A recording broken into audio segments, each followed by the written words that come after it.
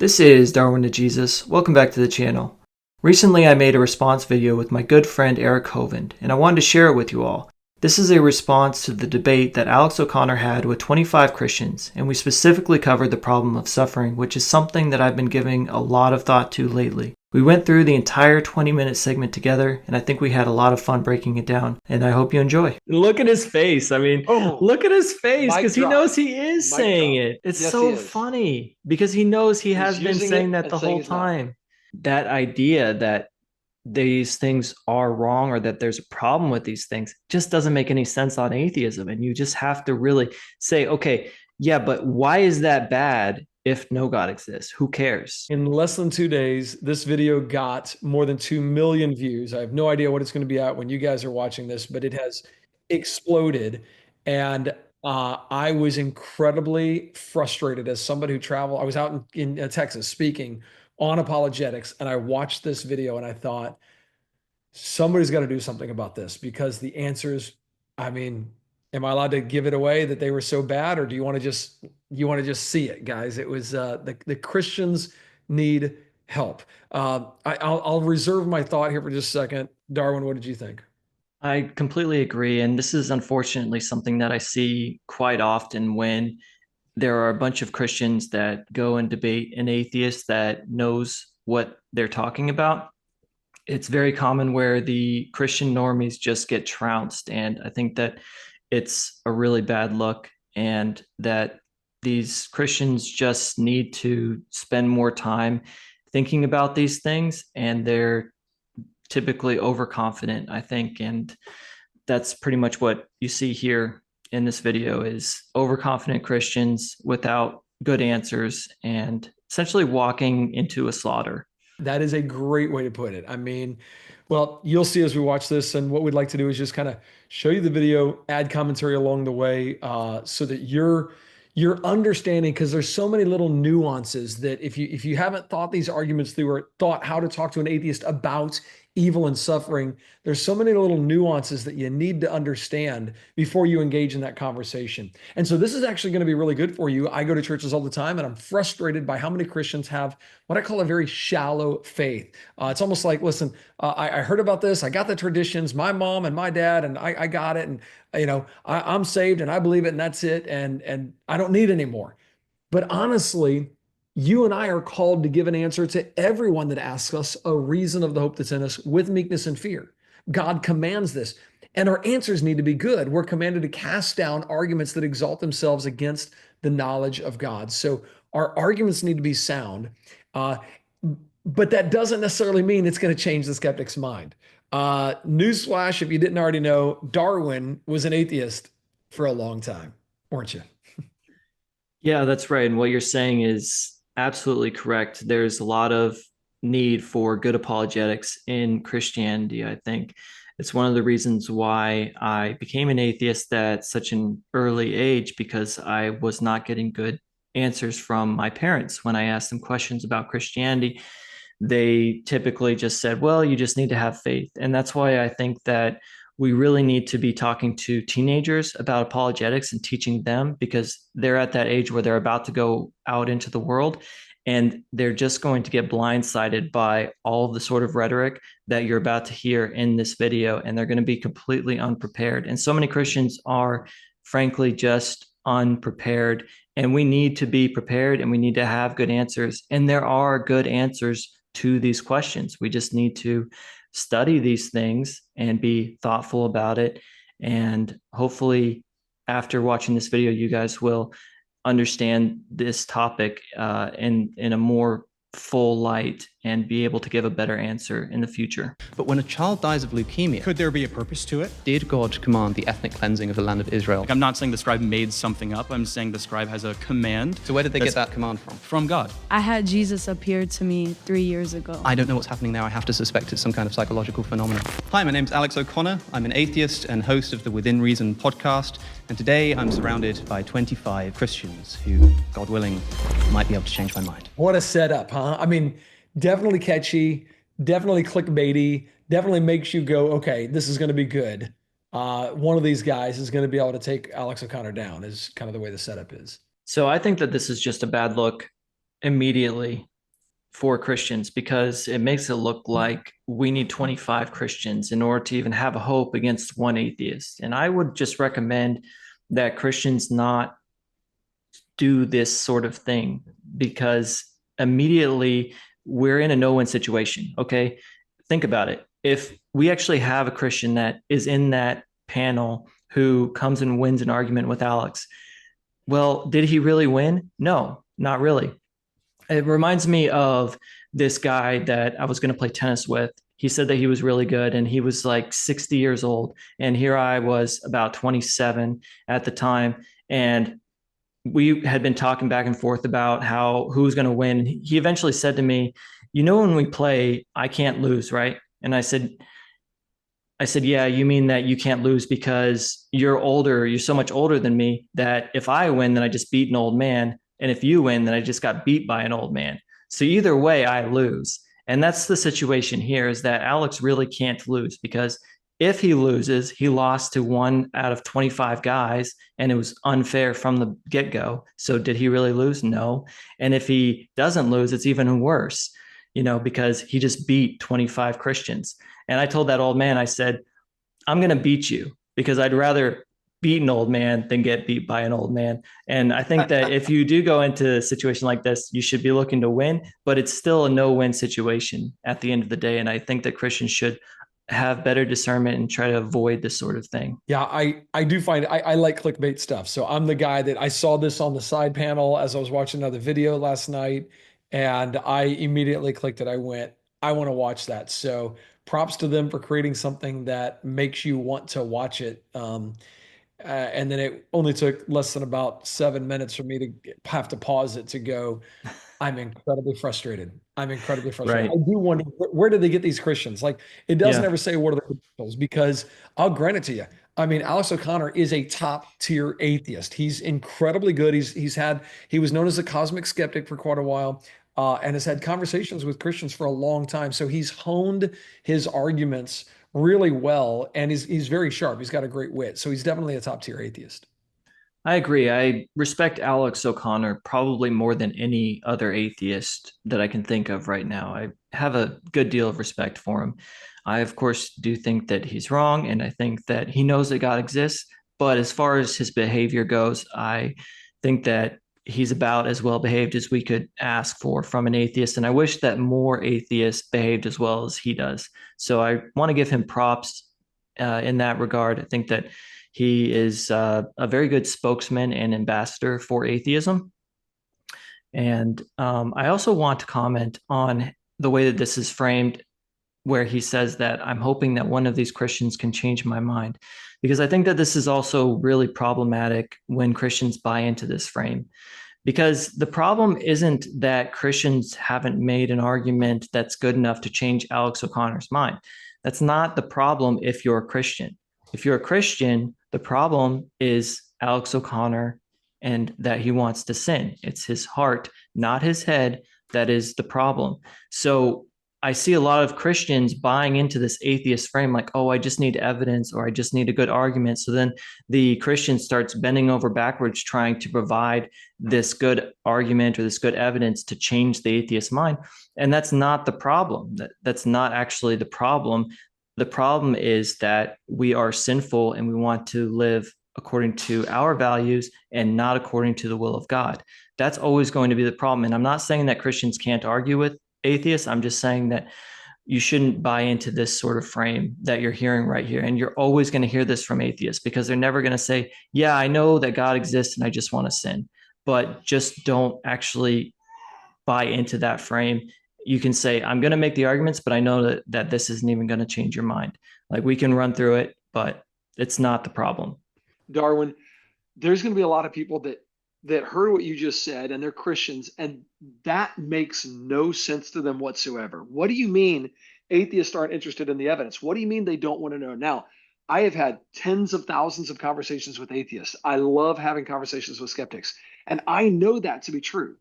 Most Christians won't recognize that reality. They think, I just need a better argument. And we should have good arguments, but they think that.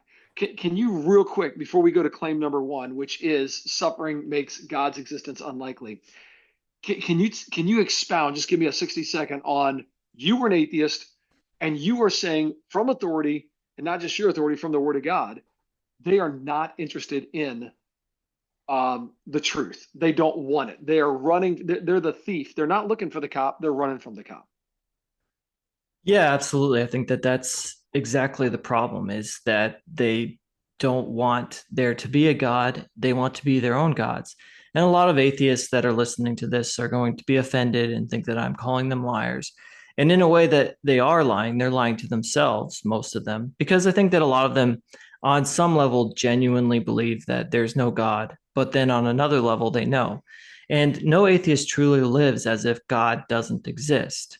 Because if God really didn't exist, we shouldn't believe in things like our reasoning being sound, or the universe shouldn't be intelligible to us. We shouldn't be able to make sense of anything. If God didn't exist, there'd be no morality. Atheists do not live as if the universe is godless. They simply don't. I've never met one that did. I met some that came close, but at the end of the day, no one can live as if God does not exist. It's almost like Paul got it right. I mean, he said the truths of God are manifest in them. God has shown it to them in Romans chapter 1. And when you look at their life, and you'll see this in Alex today. To me, Alex makes a great argument for God's existence, and he doesn't even realize it in this video that we're going to watch. Yeah, I think that that's what we're going to show, is he's actually making an argument for the existence of a good God, and he's not making an argument against God. And yeah, let's hear what he has to say. My first claim is that suffering makes God's existence unlikely.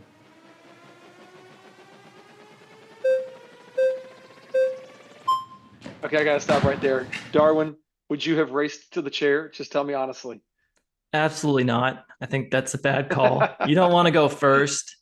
I mean, if you go first, everybody's going to see your face and everything because you're the first one that went. So anyone who watches this video is almost definitely going to see this guy. But I think that it's more strategic to listen to what Alex is going to say and to spend some time thinking about it before you go and sit down with them. It's always good to study your opponents and what they're saying for as long as you can before you respond to their argument. So I think that now, that's granted, you only got 20 minutes. Yeah, I would have waited. On the screen, and I was debating. I was going, I think I would have waited, but at the same time, I think I would have wanted to bring a much more powerful argument that shuts that. Well, we're going to get into that shuts it down. And by the way, if you're one of the Christians that was on this, man, if we're dogging you too hard, forgive us. Darwin used to be an atheist and talks to atheists a lot, so just happens to understand a lot of the nuances. This is 25 years for me teaching apologetics, happen to know some of the nuances. So love you. Thank you for your willingness to even stand up, to even run to that chair and say, hey, I want to defend what I know to be true in God's word. Now, we're going to talk about how you did it, but I'm really proud of you for doing that. So any other thoughts? Yeah, I agree. I think that there's something to be said for that. I'm always thinking strategically because I'm a chess player. And I think that strategically, it's not the smartest move to make, but there is something to be said for the bravery part of it and for the eagerness, which I do appreciate. So kudos to him for that, at least. When most Christians, less than 2% of Christians go share their faith, this is definitely good. Good work. Hey, Alex, how's it going? How's it going? Nice to meet you. Sage. Why don't you just begin? Why is suffering or evil make God's existence unlikely? I think when confronted with two hypotheses, so atheism, naturalism, or theism, we should ask what we expect would occur under either hypothesis. And then we look at the world and we see what does actually occur. And what do we find? We find, I think most relevant here, a system of natural selection, the mechanism by which God apparently chose to bring animals and ultimately human beings into existence. A system which is defined by suffering. Survival of the fittest is the same thing as the death and suffering and destruction of the unfit. I'm told that the very mechanism that God chose to bring about the human species as the ultimate end of his creation was one that is imbued with suffering, such that 99.9% of all the species, let alone animals, that have ever existed on planet Earth have been brutally wiped from existence into extinction. And I think that that's less likely on theism. If you assume atheism or materialism, not only do you explain this, you also come to expect it. Pause right there. Any thoughts, or you want me to go? Yeah, I have a lot of thoughts actually about this. So the first thing here is I want everyone to notice that he said there are two hypotheses, where you've got God existing or God not existing, and you're placed in a world with suffering. And in that world, should we expect that God exists or that God doesn't exist in that world? And I want to point that out because later on in the video, and we're going to get there, but he then claims that he's doing an internal critique. And an internal critique is completely different in form than what he's saying right now. And I just want to point it out because right now he's making a probabilistic argument, whereas an internal critique is, let me step all the way into your worldview and I'm going to check all of the beliefs and look for inconsistencies or incongruity or contradictions, these sorts of things. That's not what he's doing right now. Right now, he's making an argument saying, you place me in a world, I see suffering, and that means that God is less likely to exist probabilistically. He's not saying that God can't exist as suffering exists. He's just saying it's less likely. And what I really want to say to this argument is that why is suffering bad?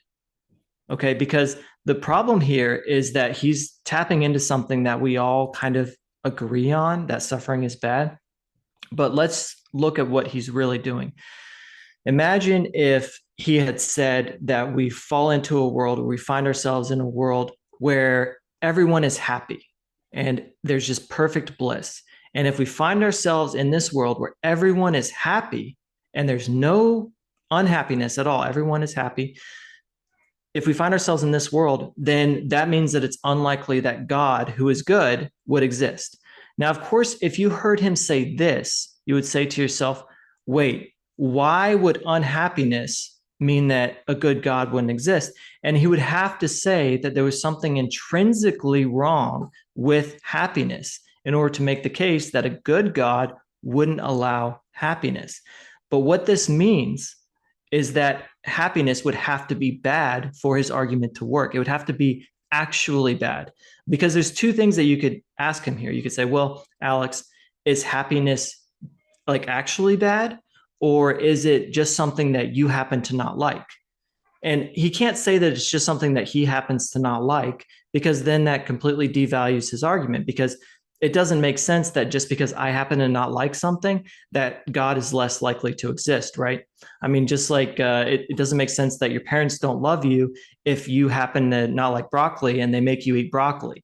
That doesn't follow that your parents don't love you or something like that, or that you have bad parents just because you happen to not like something that they do or whatever. So he's going to have to say that there's something actually bad about happiness in order for his argument to make sense, because God, who's good, would stop the bad thing. But here's the problem, is that he can't explain on his own worldview why why suffering or happiness is bad. Okay, because you would have to say that suffering is actually bad, or that happiness is actually bad, whichever one you want to say, he has to explain why that thing is actually bad. So what I'm trying to get at here is Alex isn't actually saying you're placed in a world and you find suffering, because that's arbitrary, right? Imagine he said you're placed in a world and you find grass, and that means that God is less likely, or you're placed in a world and you find rocks, and that makes God less likely. No, what he's really saying is you're placed in a world and you find objective badness or objective wrongness. That's what he's actually saying. Because if that's not what he's saying, then whatever suffering is no more relevant than grass or rocks or anything else. So now when you distill his argument down to what he's really saying, what he's really getting at, he's saying you're placed in a world and you find objective badness. And now the question is, which worldview makes sense on when you're dealing with objective bad things, right? Objectively bad things.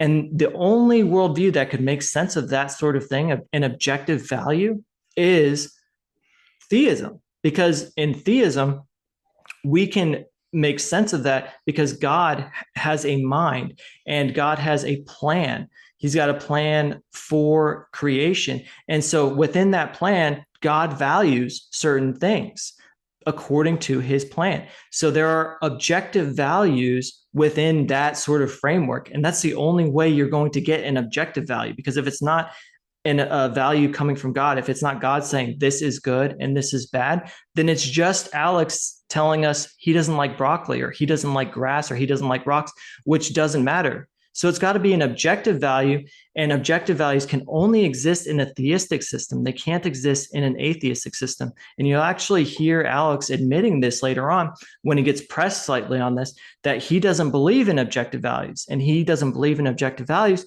because he knows that those don't make sense in his worldview. So what I'm trying to point out from the get-go here is that Alex is actually making an argument for theism, not against it, because there can't be anything objectively bad if atheism is true. And yet Alex's whole argument is literally built on the idea or the premise that we have something in our world that's objectively bad. So really, the problem of suffering is an argument for God, not against God. So I see the same. I say one more thing, but inside that, he said suffering or evil make God's existence unlikely. I think we're confronted with two hypotheses: atheism, naturalism, or theism. And so he's trying to say, hey, there's two ideas. And what often happens in these conversations is, well, which worldview are you talking about? Because like you're saying, Darwin, inside of atheism, suffering is fine because it's not objectively bad. Who cares? You may not like it, but that's just your opinion. And opinions are like armpits. Everybody's got them. Most of them stink. So why is your opinion more important than anybody else's opinion? So, and they would argue, I grant it, they would argue, well, no, probably nobody likes suffering. Okay. But besides that, you're not doing objective morals on atheism. Then you'll see him switch over to theism and act like he's doing his internal critique. And so you'll see this switching happening, and he goes back and forth between, well, hang on, which worldview are you in right now? And you'll see it switch back and forth. My bigger picture is the setup right now. What he just set up is certainly not the God of the Bible. And that's the very first thing from an argumentative, actually, second thing, Darwin's first. Look, you can't account for it. Second thing, though, would be, hey, you just said. And what do we find? We find, I think most relevant here, a system of natural selection, the mechanism by which God apparently chose to bring animals and ultimately human beings into existence. A system which is defined by suffering. Survival of the fittest is the same thing as the death and suffering and destruction of the unfit. I'm told that the very mechanism that God chose to bring about the human species as the ultimate end of his creation was one that is imbued with suffering, such that 99.9% of all the species, let alone animals, that have ever existed on planet Earth have been brutally wiped from existence into extinction. That is not the God of the Bible. What he did, and this is important at the very get-go because you'll see this over and over as Christians come and try to have a conversation with him. He set up a theistic evolution God, not the God of the Bible. He set up a God that used evolution. Evolution is absolutely true in his mind. There's no questioning that. So if that's absolutely true, he's putting that on top of Scripture and saying God used evolution, and a God that used evolution would be a bad God because there's lots of death and suffering, and it doesn't make sense if he's a loving God. And I would argue he's exactly right. He's dead on. If you believe in the God of evolution, this doesn't make sense. That is an evil God. If you have a God that says he's moral and can account for morality, and that God used billions of years of death and suffering to get mankind, that, like, who wants to worship that God? That's not the loving God. But when we read Scripture, what do we find? We find a God who created it perfect to begin with and made man and said, I'm going to let you choose. And man chose to sin and disobey God, and sin brought about death. The reason we have death, and you'll hear a lot about the death and suffering and stuff like that, the reason that's here is because of the fall of man. At least the biblical view of Christianity has an answer for that. The evolutionary theistic evolution view does not. Even the old earth creation worldview does not. So 3 categories, just so you understand it, because I'll probably mention it again. You got theistic evolution, God used evolution. That's what he just presented in his opening statement. You got old earth creation. Well, there was still billions of years, and God created over time somehow, a couple different methods of how they think God did that. Old earth creation would say God still created over billions of years. You still got the death and suffering of the animals problem. And then you got biblical creation, which says God made it perfect to begin with. Man sinned and brought death into God's perfect creation. And that's why they're suffering. So I know it's a lot to try to keep in mind, but two arguments, what Darwin just said, the atheists can't account for it, and then he just set up a straw man to true biblical Christianity. That to me is going to be my big deal. And I think you'll hear him argue for true biblical Christianity here in just a minute. What is your, I guess, epistemology? How do you know that this is the case, that it's less likely, and that, you know, an atheist worldview, a naturalistic worldview would look like the way it is today? Of course, we don't know, but that's why I use the phraseology of unlikely. So I want to point out here that the Christian is asking him, what is your epistemology? And he doesn't actually answer the question. I mean, he starts with saying, if you're placed in the world, and he's basically going back over his argument. But when you ask someone a question, you need to pay attention to whether or not they answer that question. And he didn't actually give his epistemology when he was asked for it. And that's very relevant because most atheists, well, actually, I would argue all atheists don't have an epistemology that can account for knowledge. I think atheists should essentially be solipsists. And I know some atheists that actually are, but he completely sidestepped that question. And when you're talking to atheists, you need to be very aware of when you ask a question and you don't get an answer to that question. So I just want to point that out. No, that's powerful. And you'll hear him do that a couple of different times here. And I can't help but think he knows where the epistemological argument goes. He knows that atheism cannot ground truth. He knows that just like who was it? What's the other guy that basically said, I'm a solipsist, big atheist guy on the atheist channel out of Texas. Talking about Matt Dillahunty?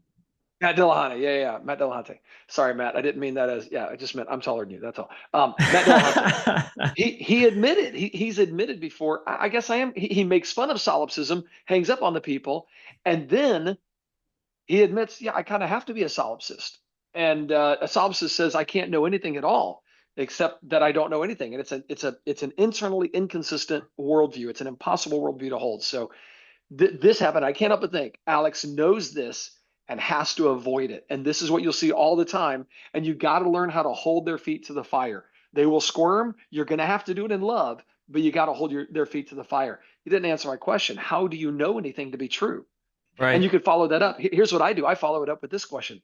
Well, is it possible that you could be wrong about everything you think you know? And a true skeptic like him would have to say, I don't believe I am, but yes, it is possible. And at that point, they've given up knowledge. And that's a very different tactic to take the debate that direction and go, whoa, you can't even account for knowledge. And you're saying God, you don't believe God exists. So anyway, different approach, but agreed. I don't think that the avenue that he's going down is terrible, but I do want to just point out the correct question in my view is, why is suffering bad? Or why does suffering mean that God is less likely? Because that premise really isn't being challenged. I don't think it's really challenged at all. I think all of the Christians, for the most part, pretty much just grant it. And that's the problem with the entire argument, is that this idea that suffering is just bad and therefore God is less likely is not sound. It's not a sound premise. So you have to ask, what does he mean by suffering? You know, is suffering just something that we find arbitrarily and there's no reason why that would make God less likely? Or is it that suffering is somehow intrinsically bad and that there are these objective values of goodness and badness, and suffering falls into the category of being objectively bad, and yet that's somehow an argument for atheism? Are you sure about that? That's exactly where you need to go with this sort of argument.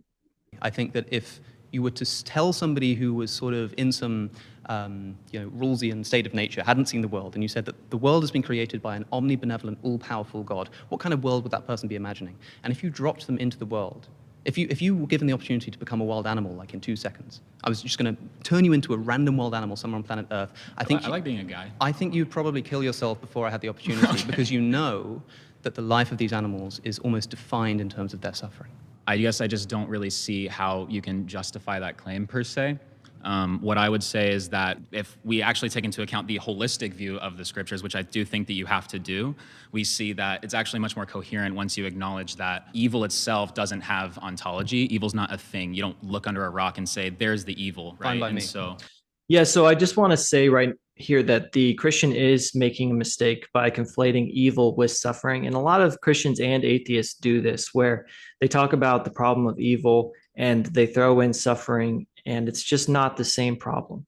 I mean, think about what suffering actually is, okay? Let's talk about suffering for a minute.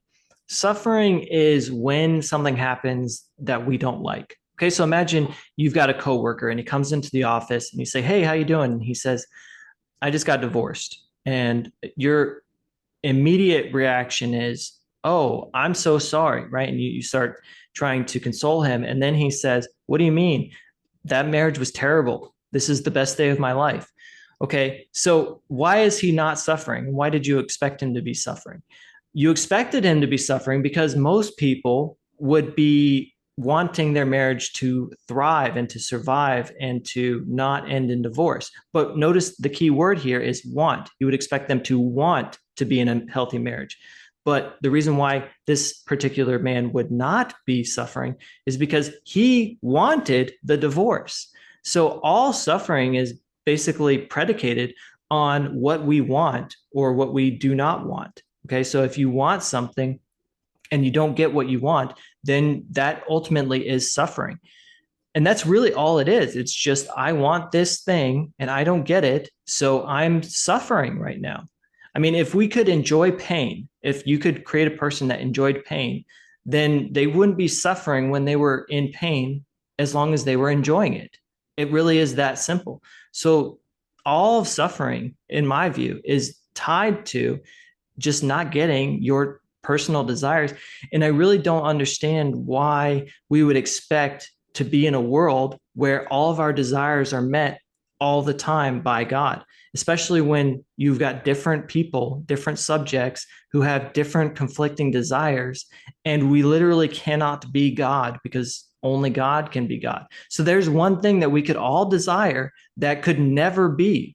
So in that sense, you would almost necessarily have suffering. But why would we think that God would just be granting all of our desires all the time, even though there are desires he literally couldn't grant, like turning us into God himself? But I just don't understand really this argument of suffering, because when you really distill what suffering is, it's just people or subjects not getting what they want.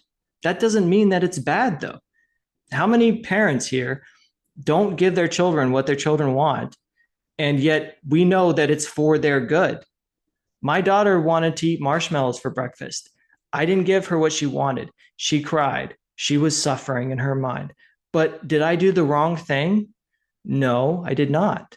So I think that we really need to sit down as Christians and atheists and talk about what suffering really is and why it's actually a big deal. Because I don't think that it is at the end of the day. I understand that we have loved ones and our loved ones die and we can be in extreme pain.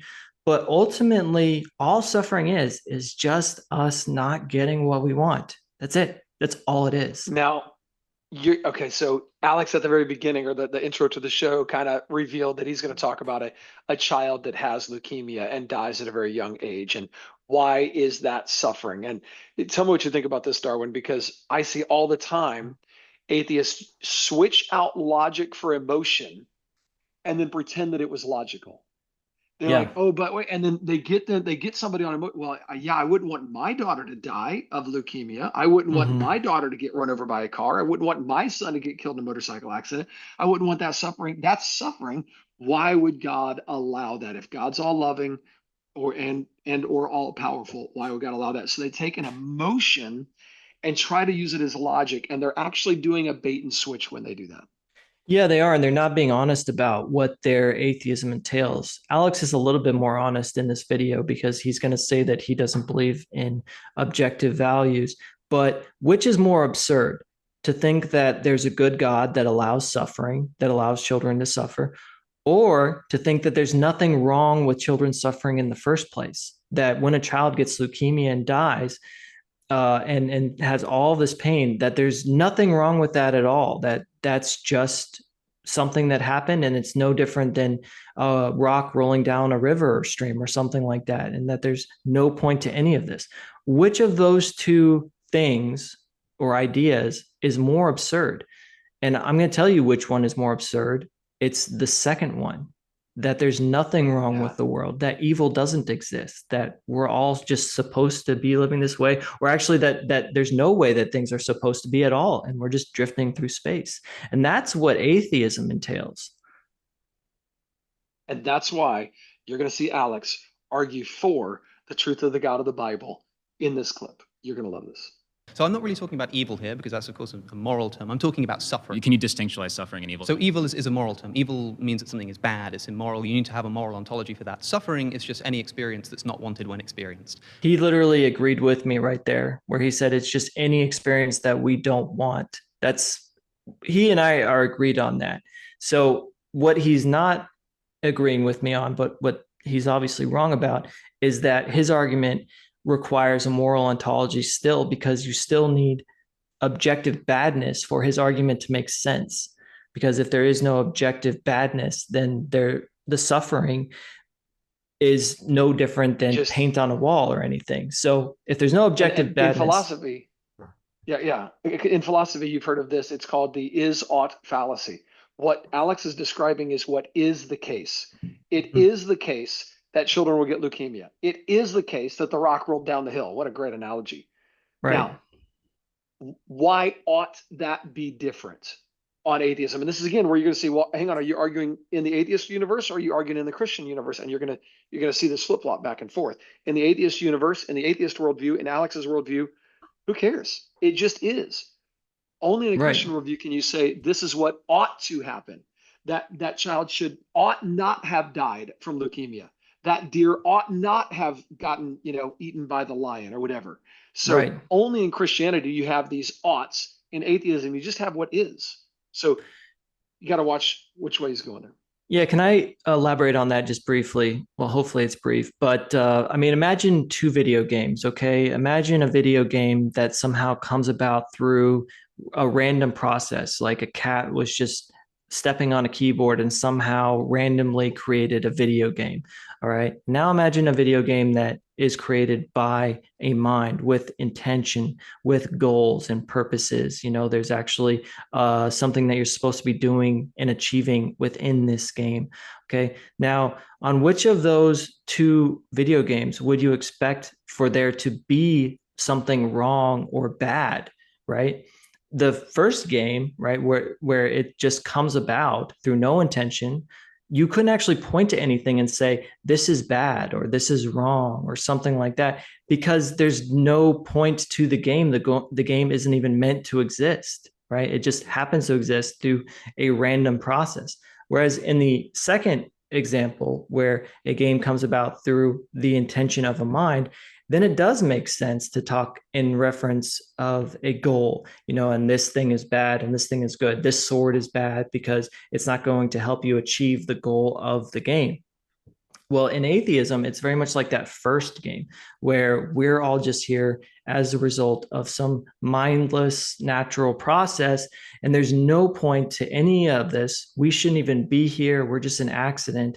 So there's no good, there's no bad. You cannot get what you were talking about, Eric. You cannot get prescriptions. You've only got descriptions. So you have a descriptive universe, just like in that game with the cat that the cat creates.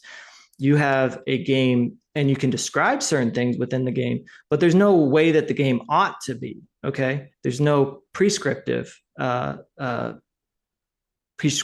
I guess you could say, in that game. But in the second game, you could say that there are things that you ought to be doing based on the goals of the game. So if you think about a game like maybe Skyrim, you're supposed to go and kill the dragon at the end or whatever.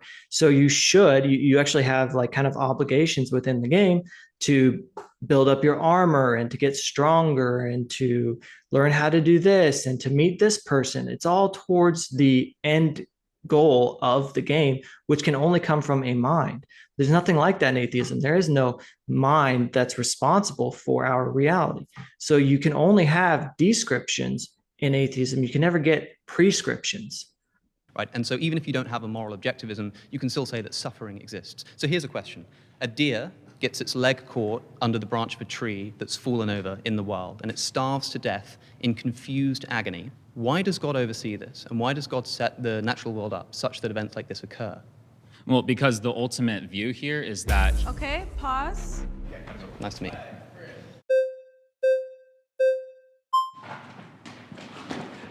Good work. Alex, my man. How's it going? Nice to meet you too. Okay, so my first question to start out with is what exactly about suffering makes this unlikely on the condition that God exists? Okay, what do you think about that question right there? Tim, new guy up. It was Sage before, right? So Sage ran out of time, and it is hard when they definitely create an environment here where it's like, oh man, if I don't say the right thing, they're going to vote me out. And I'm trying to go down a path, and all of a sudden the path is stopped. You said, what about suffering makes it unlikely that if it exists, that God is unlikely to exist? And I think that it's the right question. I think that it could be said in a more narrow and focused way. And I don't think that Alex is really going to answer the question, if I remember correctly, but he's on the right track. And it's the sort of question that should be being asked because he's challenging the premise that is really the linchpin of Alex's argument. I think that if God is all loving, then he probably wouldn't want his creatures to suffer. And so I think that the fact that they do suffer makes his existence less likely. So right there, he gives this answer like God wouldn't want his creatures to suffer.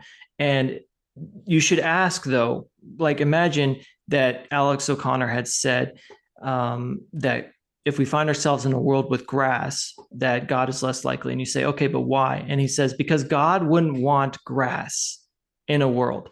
See, he's not really answering the question, though. You need to say, that's good.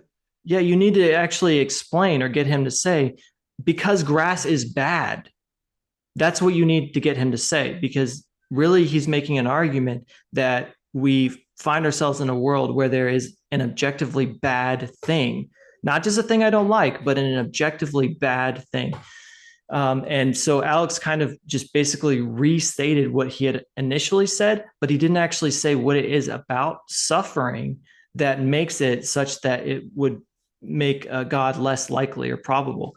Because if he does say that, he's going to have to account for how this objectively bad thing exists on atheism. And actually, it's an argument for theism now.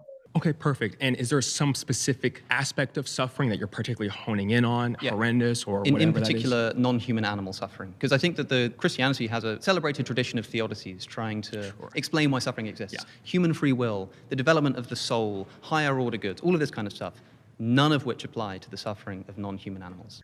So I do feel now, like he had him on something and he should have stuck with it. Yeah. He has this idea that he's heard from somebody that he wants to spit out, and so he's excited about his idea. But he had him on something, and you watched Alex go to specifically animal suffering, specifically why we got to allow animal suffering for millions of years. Mm-hmm. And for me, I again go, hold it. Do you think that God created this world to be like this? Or did God create the world to be perfect and we messed it up? If I was arguing, I'd say, oh, okay, even animal suffering, stop. We're still on the wrong path here. You have a misunderstanding of how it all got started. Yeah, and also I want to point out that Alex kind of switched over to talking about Christianity. And in my view, no one should really be talking about Christianity because it's too narrow, it's too focused for this argument. This argument is not about Christianity. This argument is about, is atheism true or is theism true? And Christianity is a subset of theism. So in my mind, we really shouldn't be talking about Christianity in this debate. We should be talking about just, is there a creator or is there not a creator? And that's pretty much it. Now, I'm not saying that Christians don't have a good answer for suffering. I'm just saying when it's juxtaposed this way that Alex did in his argument, Christianity is really, I would say, not relevant because he's just saying, hey, we find ourselves in a world. Is there a God or isn't there a God? And a lot of the Christians, if I remember correctly, they try to bring Christianity into it as if it's the answer. But that's kind of asking or bringing in an answer that is after we would establish that God exists in the first place, that Christianity would be true. So I think that it's a little bit not relevant. That's interesting because I think I would almost differ with you on that from the perspective of I want to argue what we believe, what I believe is true. And Yeah. Alex, I want you to argue what you believe is true. Because Mhm. otherwise what we end up doing is, and I get it from a logical perspective. Okay, let's first prove God, then let's prove which God, because there's a whole lot of different gods. Then Yeah. let's find out, okay, so there's this logical path that we try to think through and go down. But since I've done it, because I've watched William Lane Craig do this, and William Lane Craig will say, hey, the argument I'm giving is not for Christianity. You should be happy. I'm only arguing for theism. And I Mhm. go, okay, I get that, and maybe you're right. Maybe that has its place here. But I find myself going, I'd rather say, let's not argue what we don't believe. Let's argue what we do believe. And I don't believe in general theism. I believe in Christianity. I believe in the God revealed in Scripture. So Yeah. I'm starting there. Where are you starting? Okay. Do you want to start on my foundation? Because if you're going to start on my foundation, we can go through these things and we can actually understand it internally. It makes sense. And if we start on your foundation, it internally doesn't make sense. Now we're doing true internal critiques. But I guess that's how I think about it. Yeah, I totally understand that. What I'm trying to point out is that Alex is just framing this as a simple argument between atheism and theism. And so, based on Alex's argument, he gets to kind of make the argument. So, in response to that, what I'm saying is, but if Alex had said, can your worldview better account for suffering than my worldview? Now, in my view, Christianity should absolutely be in that discussion, and we should be using Bible verses and all kinds of things like that. But because Alex is framing his argument in the way that he is, I I think that it's a little bit of a red herring to even bring up Christianity by either of them. Have you heard of the axiological expectation mismatch problem? I have not. Okay, so philosophers of religion have started to understand that the thing that actually generates a problem between God and suffering is actually the value system you attach to the very attribute of perfect lovingness. Because the problem of evil is an internal critique, you have to look at a very specific version of theism and how it defines perfect lovingness.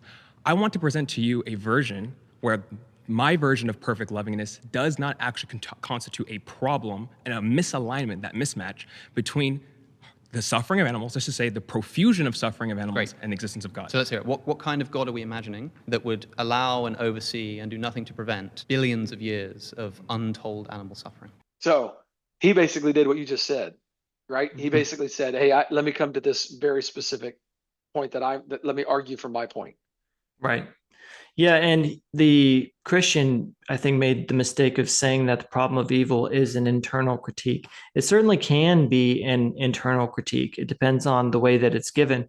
But the way that Alex started with his argument and the way that he framed it, it was as a probabilistic argument, not it was not an internal critique. He did not say that if theism is true, then evil would not exist or anything like that, or that suffering would not exist, and that the concept of suffering and the concept of God are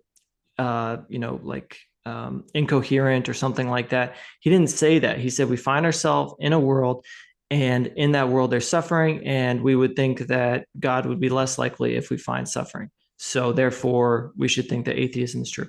That was how he started. That's not an internal critique, and to reframe it as an internal critique is a huge mistake, I think, because it allows Alex to switch back and forth where he can step outside of Christianity or outside of theism and say, well, this is bad. And then, or that God wouldn't allow this or something like that. Yeah, inside. And then he can step outside of it as an atheist and basically critique God and kind of do what he's doing. He's kind of it allows him to jump in and out of the worldview at will, essentially, which is really cheating in this sort of conversation. But it's very common for atheists to do this, where they do the hokey pokey. They put their foot in to the worldview and then they take it out, and then they put their foot in and then they take it out. And that's very common.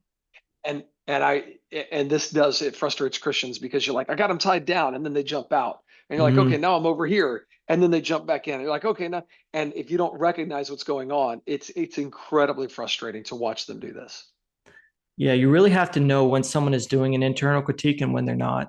Right. So you're talking about non-prevention. Or setting up the system that is natural selection, such that it relies upon things like predation and disease. Well, the first part is I don't agree with the whole setting up the system part. So I'm not one of those theists that believes that God does this select and pick idea of creating worlds. I don't think that God actually creates worlds.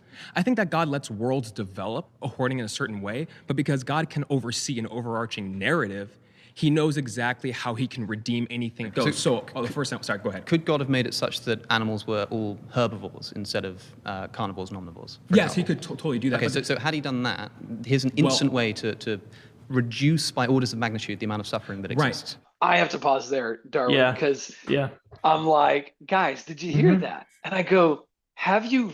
I feel like I want to just pull a line out of Jesus. Have you not read? Don't you know?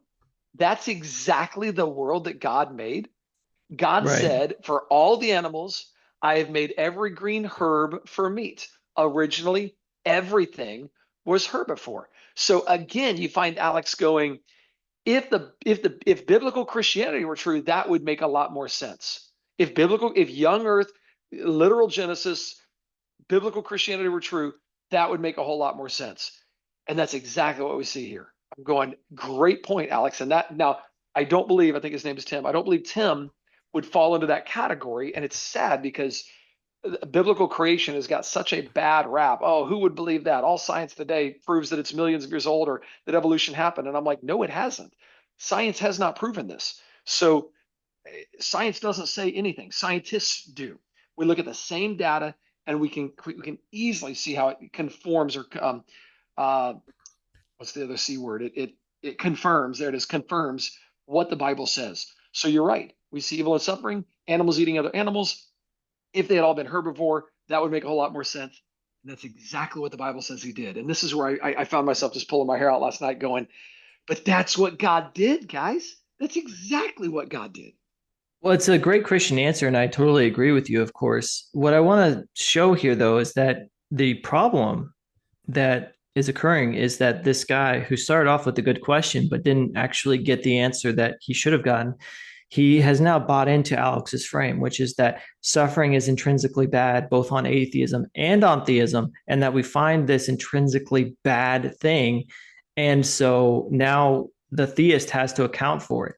And as soon as you buy into that frame, now you have to start coming up with theodicies and all these explanations for why children are getting cancer and these sorts of things. And the atheist really can just sit back and watch you squirm and start, they can just bring up all these horrible atrocities, which is what Alex is pretty much doing. And it's a huge mistake to just buy into this frame and just give the atheist that objective values exist, which is what has happened here. And that's why this guy is about to get demolished. You have to question their presuppositions. He's presupposing that there is something objectively wrong with suffering. But hold on, that's particularly assuming a value theory already that I haven't told you I'm adopting that has a problem with the evil. So I have to give you my value theory first for you to show that misalignment. Okay, let's hear it. Perfect. Okay, so my value theory says that it's not the most important thing about a sentient creature is not what merely happens to them. It's about the total timeline of their life and where their life permanently ends. Meaning, if you were to judge an author of a narrative and the first few chapters, let's say, there's a lot of bad things happening, but the end ends with this crescendo where there's victoriousness, there's redemption, there's beauty, and everyone in the story actually endorses their entire existence that they live. They can look at their they can look at their total timeline, and they actually each subjectively come to the conclusion, I'm glad I was made, and I totally see what my suffering was for. That's the particular I'm using with. So we have to judge, like John Hicks says, we have to judge the very nature of God's lovingness by what he does in the end, not these few time slices that we observe right now. For you to show that there's a problem, you have to show to me that the suffering of animals cannot be transformed, are intrinsically cut off from being transformed into a life that they will endorse. Pause.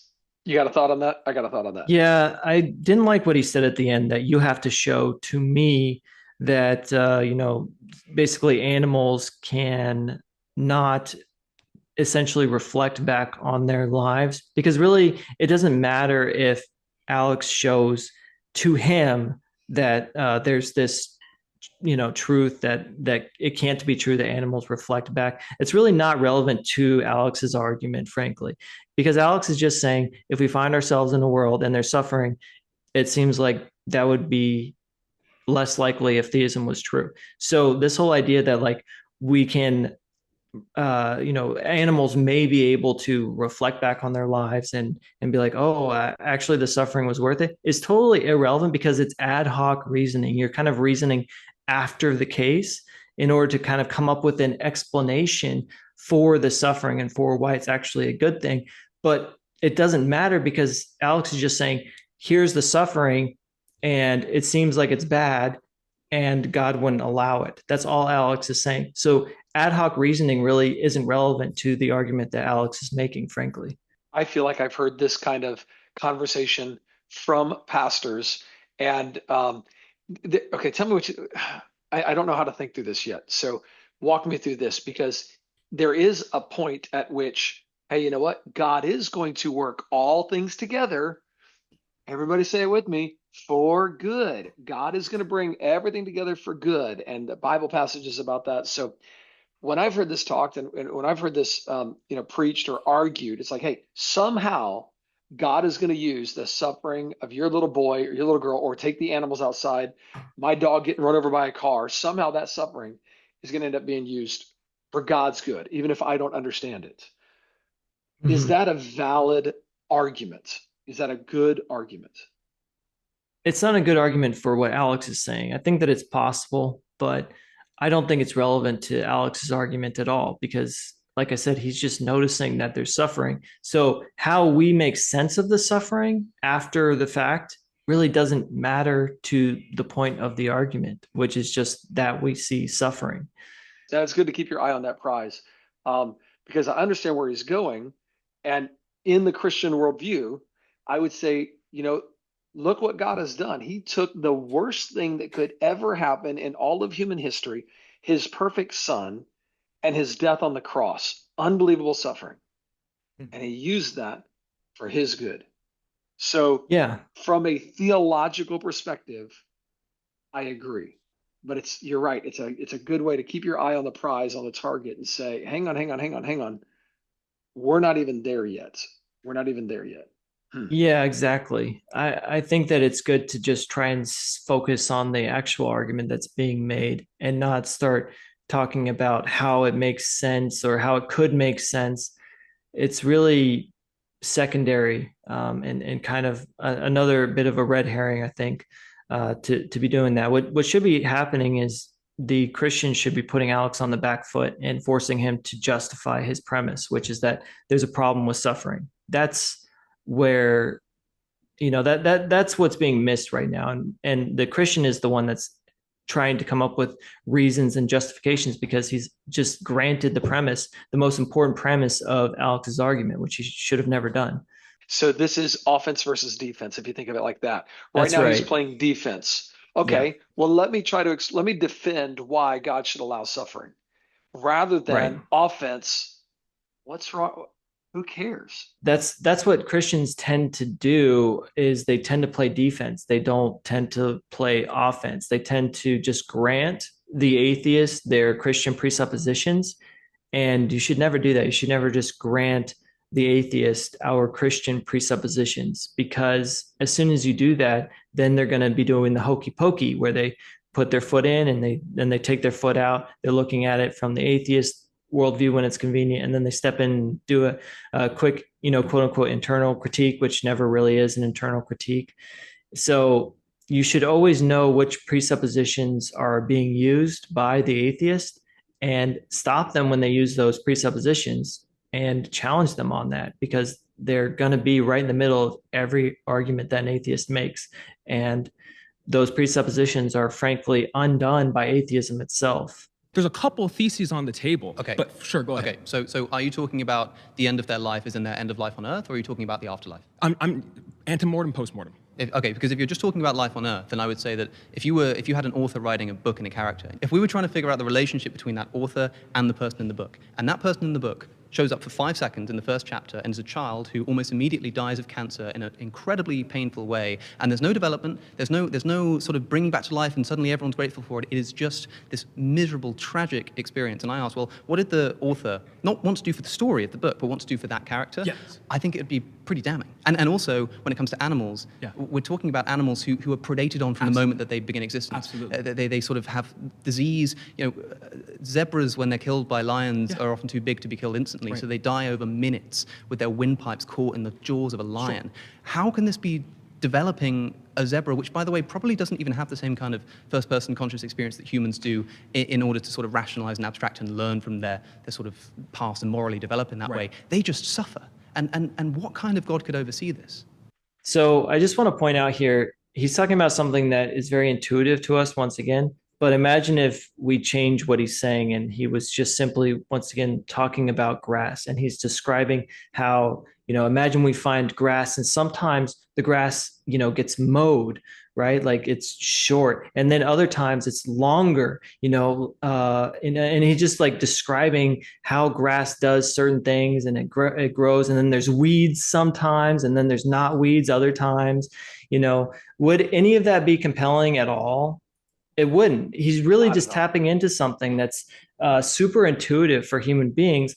But if atheism is true, then there's really no difference between describing the life cycle of grass and describing the suffering and pain of living creatures. It's all totally relative and doesn't mean anything. And there's no point to any of it.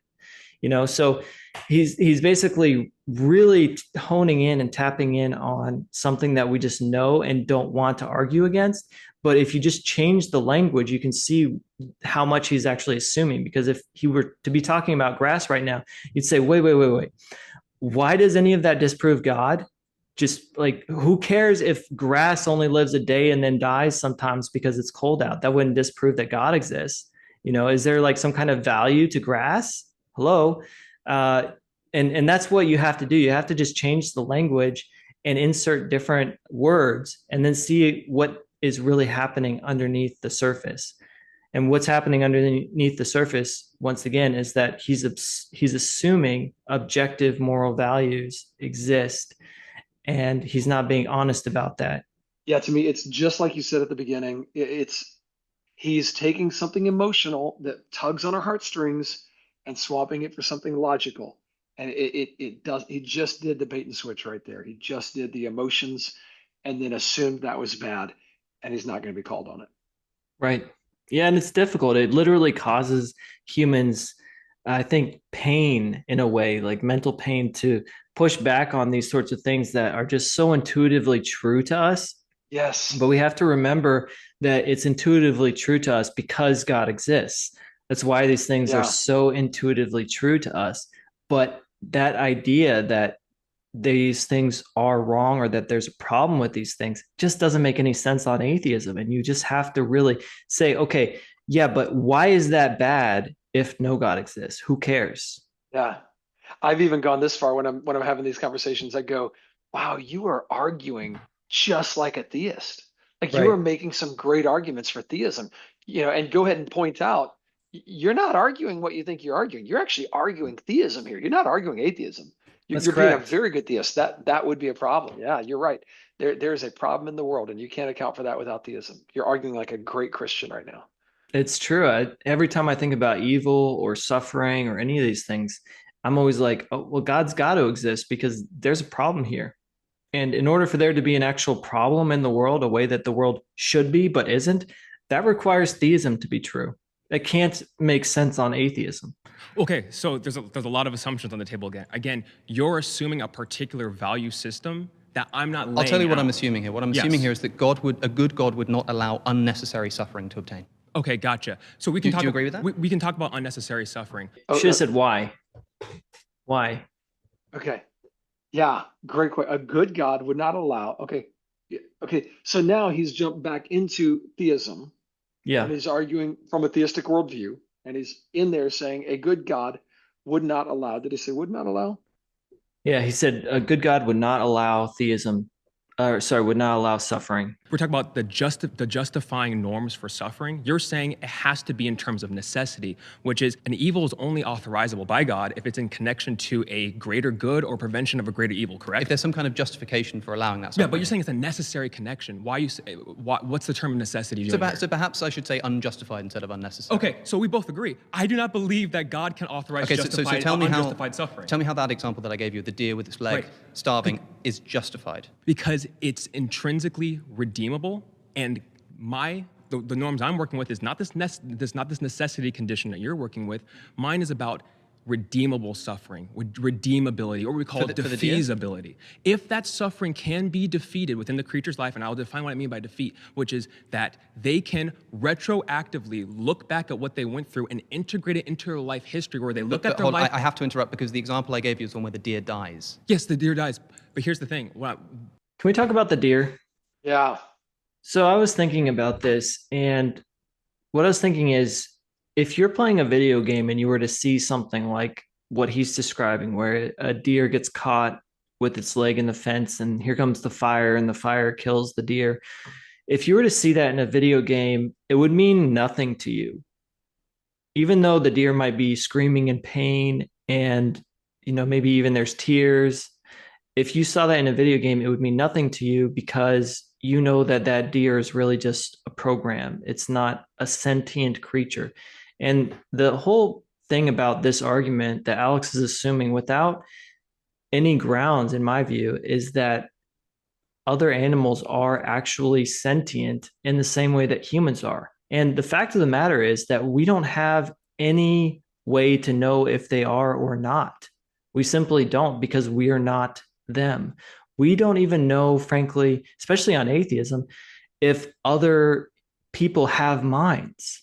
Do you know what I mean? I mean, like if this was a video game, Eric, and you and I are sitting there playing, like I wouldn't know if you were an NPC or a real person. And I'm not saying that's a dig against you. I'm just saying that something can act like it has consciousness, but that doesn't actually necessarily mean that it does have consciousness. And it's entirely possible that animals are just like video game animals, where they don't feel anything. They're just programs that God has put into our world. So I really think that this assumption by Alex is really just that. It's just an assumption. And, I don't think that I think he'd have to justify how he has epistemic knowledge of what it's like to be an animal. And I don't think he's going to be able to do that. Not that his argument works anyway, but I think that it's worth pointing this out, that we're just granting him that animals have this experience. And obviously, at some level, right? Like how far down the chain do you go before animals clearly don't have a relevant, even if you grant like dogs and cats have an experience of pain or whatever, and it's terrible for them. It's like, do ants have this sort of experience too? What about bacteria?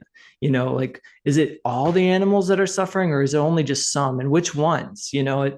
I think that these are all totally relevant questions that we should be asking. You're probably talking about this post-mortem example. Sure. I'm going to put one thesis on the table. There's two philosophers that defend exactly what this goes through. One defends that animals will be given a martyrdom status, while God will be able to present himself in a way to animals in the afterlife, such that in the same way you could give praise to a dog, and the dog emotionally recognizes that he's loved and that his life is worth living, right?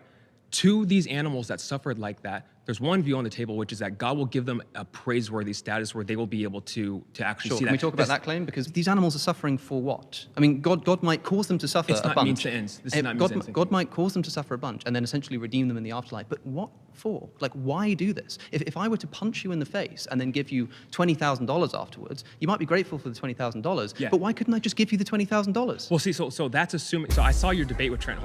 You've been voted out by the majority. Awesome, Please man. return to your seat. Good stuff. So this whole question, why is God allowing this? Atheists love asking these sorts of questions from Christians. And it's really, I think, totally besides the point every time, because it's like we as Christians don't know the mind of God. We don't know the reasons that he does things. We are on such a lower level than God. And the idea that an atheist is just going to say, well, why is God doing this? And what's his plan and stuff like that? And that Christians are just supposed to know all the time is totally absurd. We only know what God has revealed to us. That's it. And we don't even know that in a super solid, like obvious way, because the Bible is very complex. So I just think that this idea that Christians are somehow supposed to just know and understand why God is doing the things that he's doing is frankly absurd. It would be like expecting my dog to know why I eat at the table, or to know what I'm doing when I'm doing like complex math on a whiteboard or something like that. My dog does not understand why I make the decisions that I do, because my dog is at a much lower level of intelligence than I am. Now, think about how vastly more intelligent God is than us. He's literally all knowing. He's the most perfect being, most intelligent being that can possibly exist. And these atheists, they're just like want to ask, well, why is God doing this? And if we're not able to give God's reasons, then we've somehow lost the debate. And I don't think you should ever buy into this frame. We simply don't know. All we know, and that's not an argument for atheism, it's just that we are limited creatures and God is on a completely different level. So I don't think that Christians should buy into this frame. It's almost like, and this is what I see atheists doing, what you said at the very beginning, they're exalting themselves up as God. They're exalting themselves up as the arbiter of truth. If God doesn't submit himself to Alex O'Connor's 3-pound brain, which evolved by chance over billions of years, well, then he must not exist. And that is a very small view of God. And this is where it goes back to what you said at the beginning. They need to repent. They need to repent against for rejecting the God that they know exists, because they're exalting themselves above God. It's the same lie that Satan gave to Eve in the Garden of Eden. Ye shall be as gods. And he's still doing that today, making us think that our minds are above God. Now, I still want to have good answers, but it doesn't mean I'm going to have all the answers. But I think even what God does give us in Scripture helps us understand. When we read, you read all this emotive language about suffering, what Alex says about suffering and all this emotion, and it's like, yeah, you know what that should do? That should tell you how bad sin is.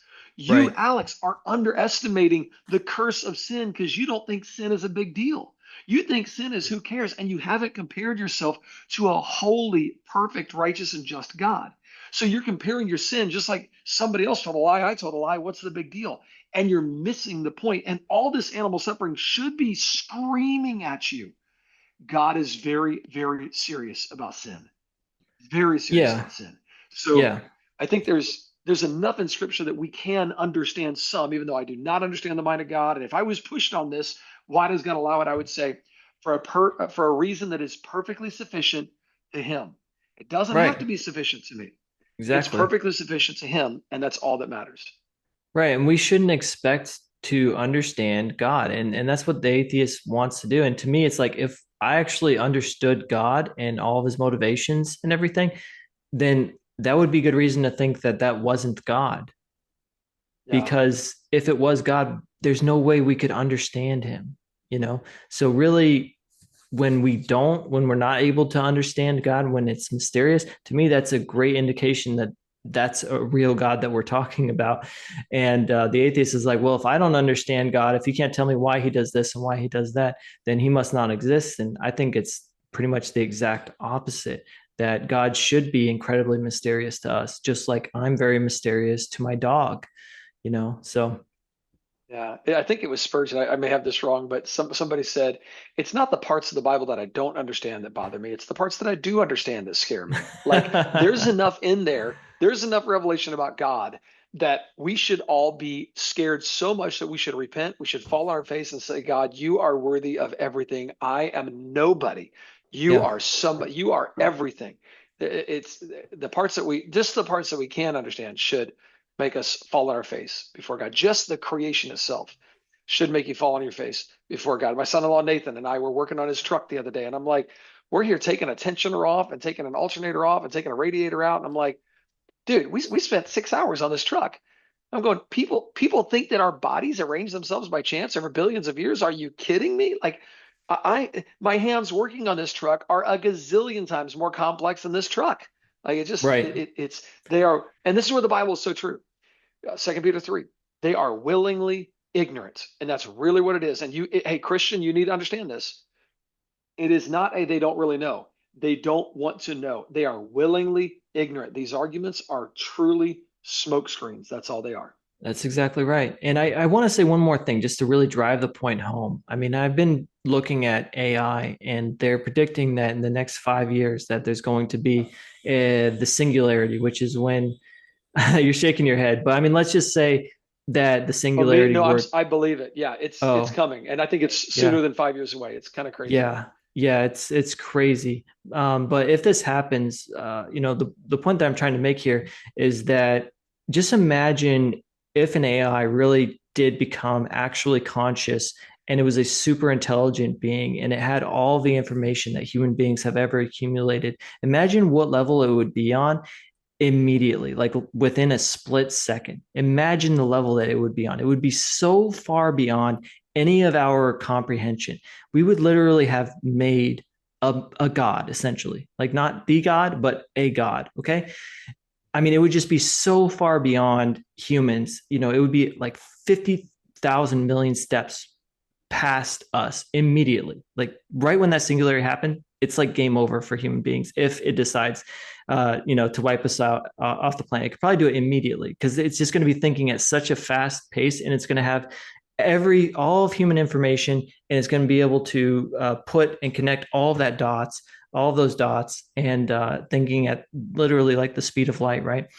And imagine you as a human trying to understand a being like that, a being on that level. Okay, you just couldn't. You would have no idea. It couldn't even relate to you, and yet we feel like we should understand God, and God would be way beyond this. God literally would know everything, not just everything that humans have acquired, but everything, And I was talking to a friend about this. He was talking to his AI chatbot about the singularity, and he was saying that the chatbot told him the only reason why this AI, this super intelligent AI, might not kill human beings off is if it thought that God exists. If it thinks that God exists and made us for a reason, it might keep us around, because if it kills us, then God might kill it. I thought that was kind of funny. That's kind of besides the point, No, but I think there's some reality to that, and I have not thought this through, so I'll just throw this thought out there. Somebody do some deeper thinking on this. Satan cannot create anything. Only God can create. So all Satan can do is pervert God's creation, and we've watched him do that. He's perverted love, perverted music, perverted sex, perverted emotions, perverted logic. All he can do is pervert. What does God want? God wants worship. Is it possible that Satan's trying to create something that we will worship because it, quote, knows? God knows everything, and we're going to think, some people are going to think this knows everything, and really what Satan is trying to do is steal glory from God. Anyway, I think that's we're off topic, and that's my fault, but I do think that's really okay, interesting. Back to the argument.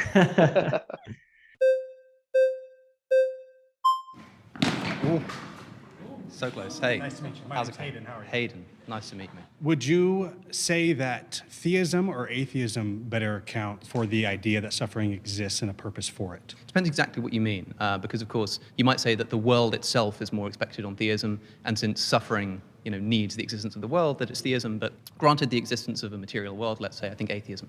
Okay. Why does suffering exist at all? Like in an atheistic worldview, what is the cause of suffering? He's about to go somewhere that could be good. Yeah, he just needed to say, instead of suffering exists, that suffering is bad, like ontologically bad. That's what he needed to say, not that suffering exists, because it's like grass might exist. That's not relevant. That's just a description. Human beings and animals, things happen to us that we don't like. That's a description. Just like grass is green is a description. It's not that suffering exists that's relevant. It's that suffering is objectively bad somehow. That's what's relevant, not the suffering. So he should have. I wish he would have just asked it I know what he's trying to get at, but I wish he would have got to the heart of the matter here. And he actually does a good job of starting to go down the right road, and then unfortunately, maybe Alex knew where he was going, but this is good. Okay. Why does suffering exist at all? Like in an atheistic worldview, what is the cause of suffering? Oh, well, because however life began, it developed through a series of natural selection, which requires animals to develop senses that they wish to avoid in order to be more likely to survive. And that's why pain receptors evolve. In a world where not all of these pains are actually going to kill us, we're left with situations in which we're in a lot of pain but don't end up dying for it. He just argued the is-ought fallacy and made that distinction, the prescription versus description. He just describes, says what is. He didn't say why that's bad, which is still the big question. Why is that wrong? Describe why that's wrong. Why would that be a bad thing? Yeah, and this is something that people, both Christians and atheists, do all the time, where they just describe something and it's still assumed, it's not justified why it's bad. I can't tell you how many times I've talked to atheists and they say that pain is bad.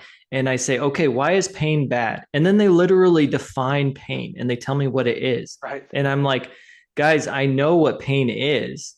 I'm asking, why is it bad? And then they describe it again. They just tell me what pain is. Oh, well, pain is this. And I'm like, I know what it is. I'm asking why it's bad. Because really what I'm asking is, how are you grounding the fact that pain is bad?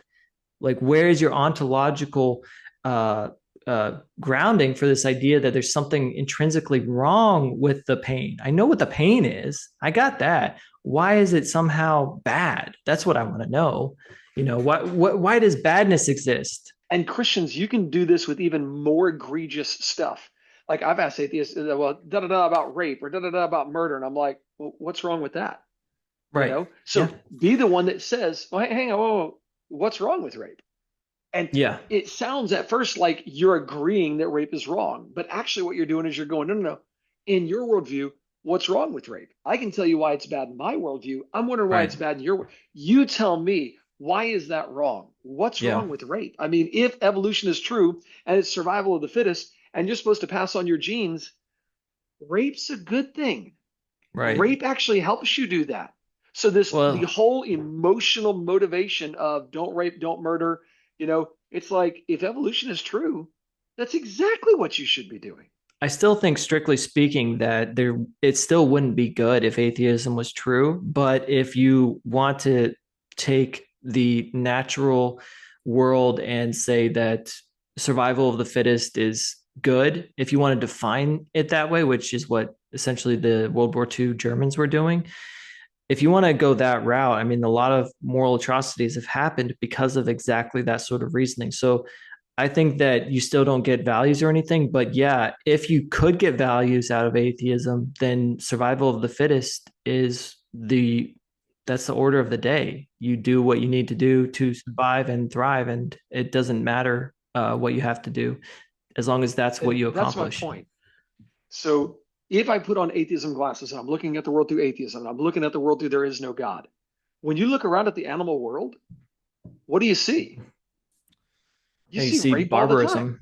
Yeah, absolutely. So they're again, they play this bait and switch game. You know, you're telling the kids in the school, you're nothing but an animal. There is no right and wrong. And then don't do that. Don't do that. Why not? Again, you're standing on Christian principles, on biblical principles, while denying Christian principles. I forget who said it. It's you have to sit in God's lap to slap God on the face. And that's what they're doing when they do this. Greg Bonson or Van Til? I think it was Greg Bonson. Oh, nice. That sounds like a Bonson statement right there. Would you agree that consciousness is necessary for suffering?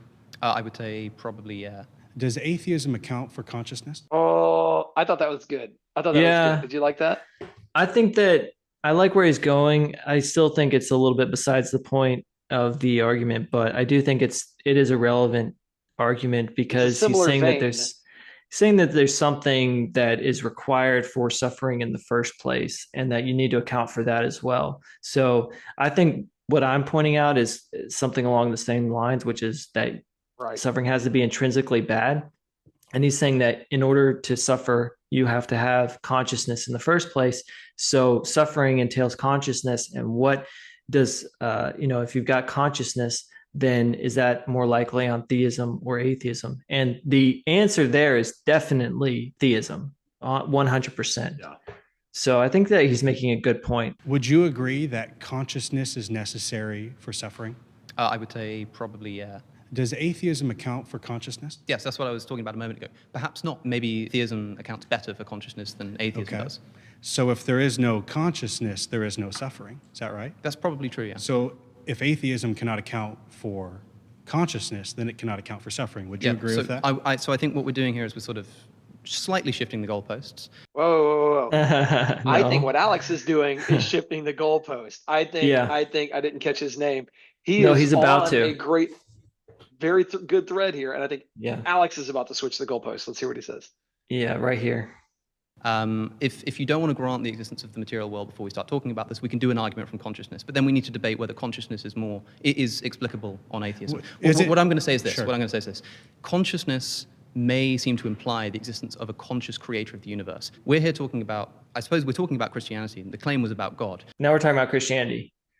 Right. I thought we were talking about atheism versus theism, Alex. Now we're talking about Christianity. Anyway, go ahead. But the God that you believe in, let's say, if we grant that there is a creator deity who sort of brings about the universe of conscious creatures, have you ever heard of the evil God hypothesis that Stephen Law popularized or came up with? Tell me it. Oh, hey, I just want you to notice what I should have caught his name. What he should have done is said, well, hang on, before we get to the evil God hypothesis, boom, and gone back to his point, because he could have held his feet to the fire there. He got distracted.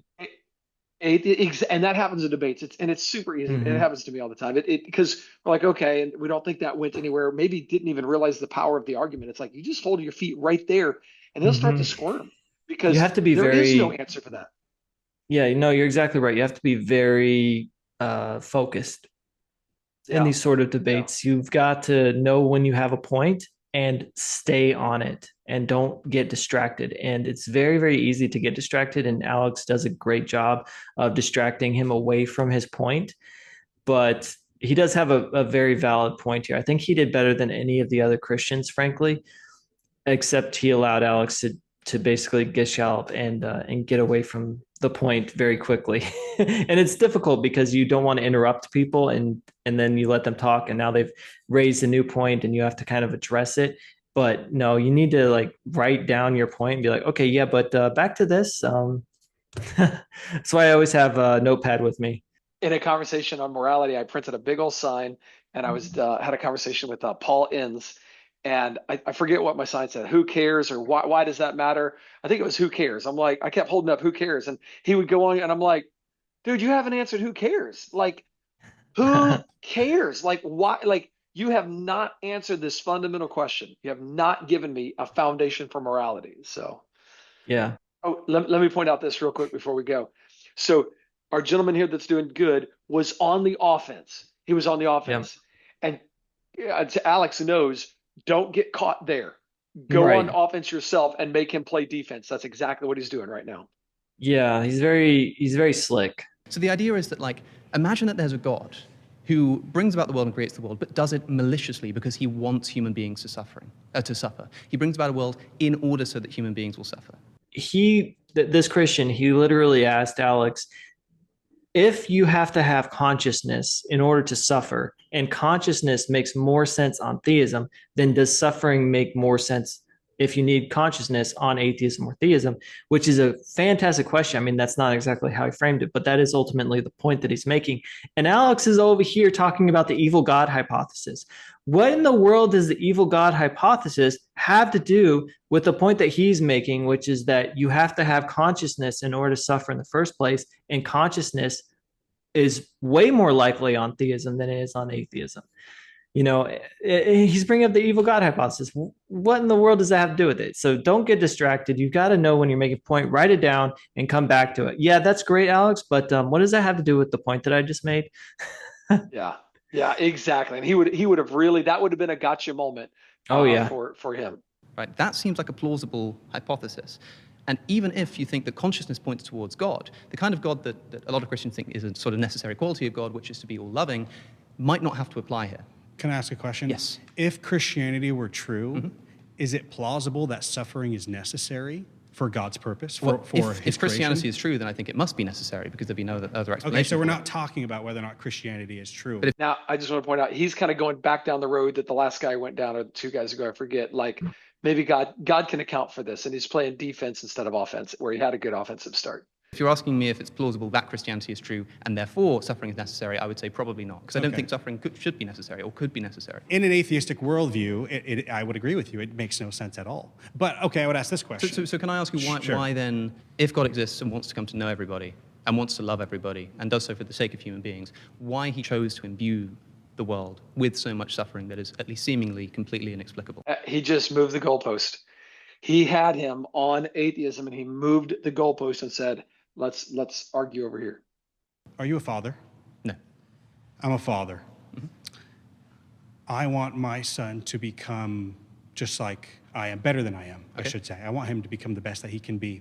Is it possible for him to reach his potential without suffering in his life? Perhaps not, but there's suffering is necessary. There are a few things I want to say here. Firstly, okay, he's going to go on a direction here, and there is a valid point to what he's making, but I'm like, listen to what he just said.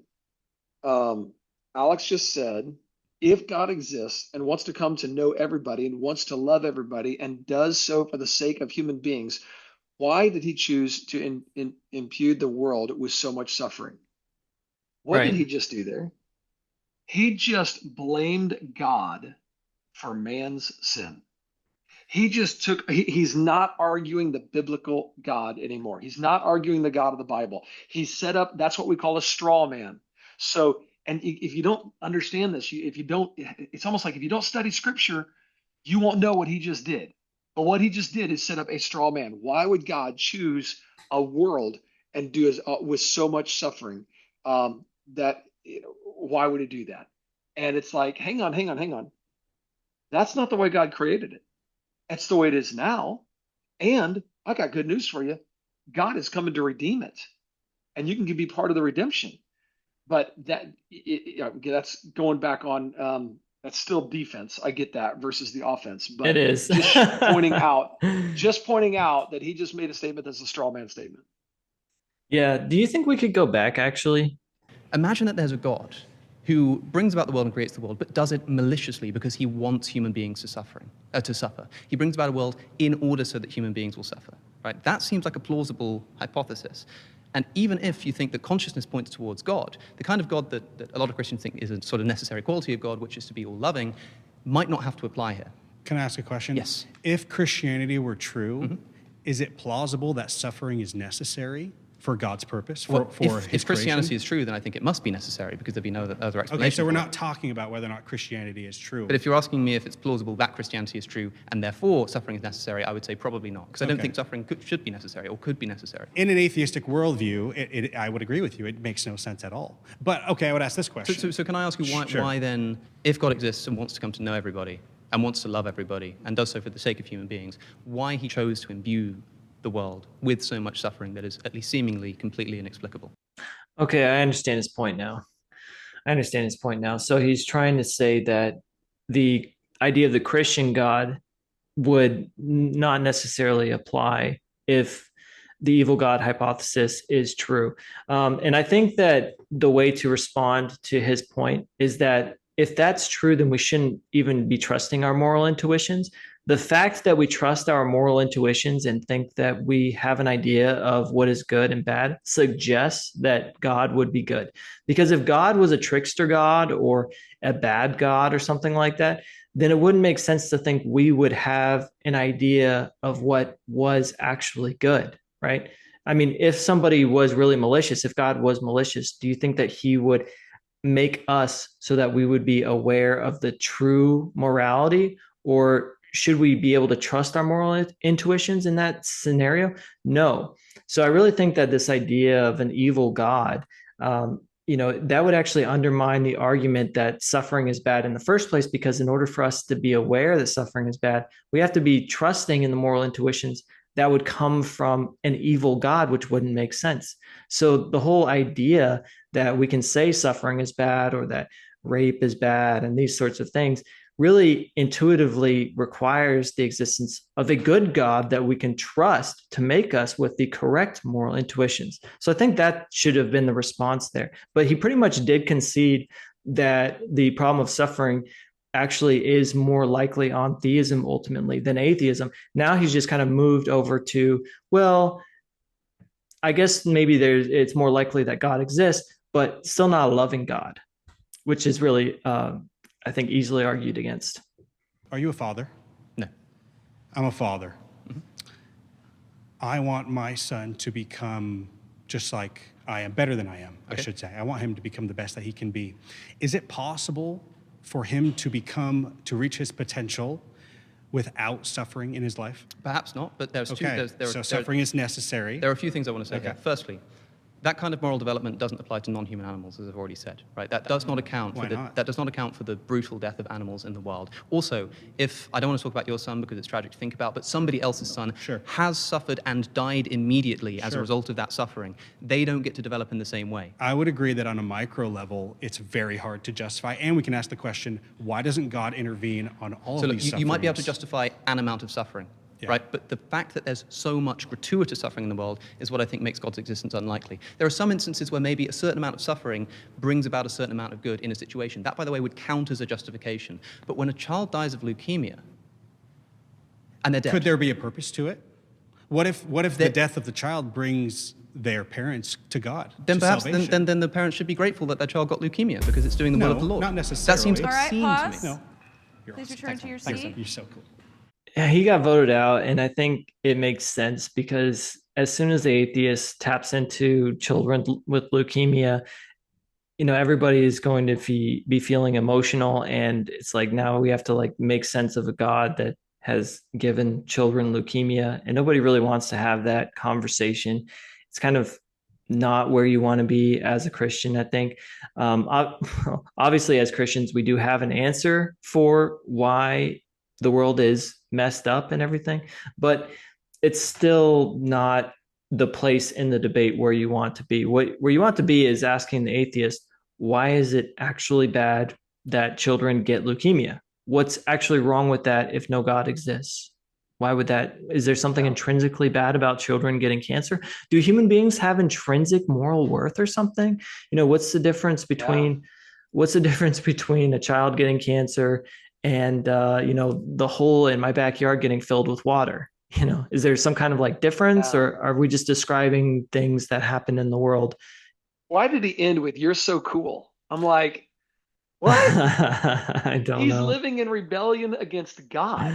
He is leading people astray. I mean, just a few weeks ago or months ago, he's on programs going, I don't even know if I want to call myself an atheist. I'm kind of regret calling myself this cosmic skeptic. So I don't know how long ago they filmed this, but I don't think "you're so cool" is how I would respond to a skeptic who's actually just very slick and sly. I mean, who's the father of all lies? Satan. And what's happening here is deceit. So I guess that's the way I see it. Yeah, I think that Alex knows that there's not a lot of merit to this argument, frankly. But I guess when you're an atheist, you have to work with what you've got. And they really don't have much more, frankly.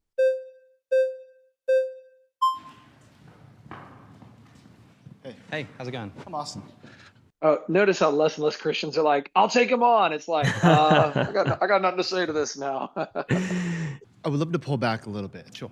And ask you, what are your values kind of rooted in and grounded in? Where would we start with that? So I'm an ethical emotivist, which is a form of ethical non-cognitivism. I don't think that ethical claims have truth value. I think they're expressions of emotion. Do you know what that means? Emotivism is really absurd because they basically say that all moral truth claims are basically things that we emote about. So in other words, we think about rape. Alex thinks about rape and he goes, ew, he just emotes. And that's, the way that he emotes, his emotional reaction is all that's happening when we think about these atrocities and things. It's just our emoting. There's no truth value. Like if you say to Alex, is it true that it's wrong to rape? He would be like, there is no truth about that question. I just happen to think about rape and I go, boo. It's like when I think about eating skim milk or something like that, I think gross. There's nothing intrinsically wrong with drinking skim milk. I just emote negatively when I think about drinking it because I really don't like skim milk. And Are that's you what saying motivism skin is. or skim? Are you getting it right there? Skim milk, right? Skim with an M, skim. They Yeah, skimmed it. skim milk. Okay. It sounds like you're saying skin milk. And I'm like, I don't know what kind of milk skin milk is, but skim. Okay, Skim. got it. I have a speech impediment. Okay, we'll go with No, that. I'm kidding. I don't. I just guess I'm just not pronouncing my M's very well. I love the point though. And that's for an emotivist to go, yeah, I think ick, and the next argument is, and lots of people think ick. So if lots of people think ick, we're all going to agree with ick. Well, what Right. happens when you get lots of people that agree with something and say, well, I think this is good, and we agree that this is good, and killing this group of people is good, and we all agree that this is good. Now you got no argument. There's zero foundation. There's zero objective moral truth there. Well, I want to also point out that just because even if you granted the atheist that there were these values like goodness and badness, you still don't get morality, because actually morality has to do with right and wrong. It doesn't have to do with good and bad. And we tend to use good and bad and right and wrong interchangeably, but they really don't mean the same thing. Like, for example, is it good to become a doctor? Probably, I think most people would agree that it is good to be a doctor, but you don't have a moral obligation necessarily to be a doctor. It's not wrong if you choose to not become a doctor.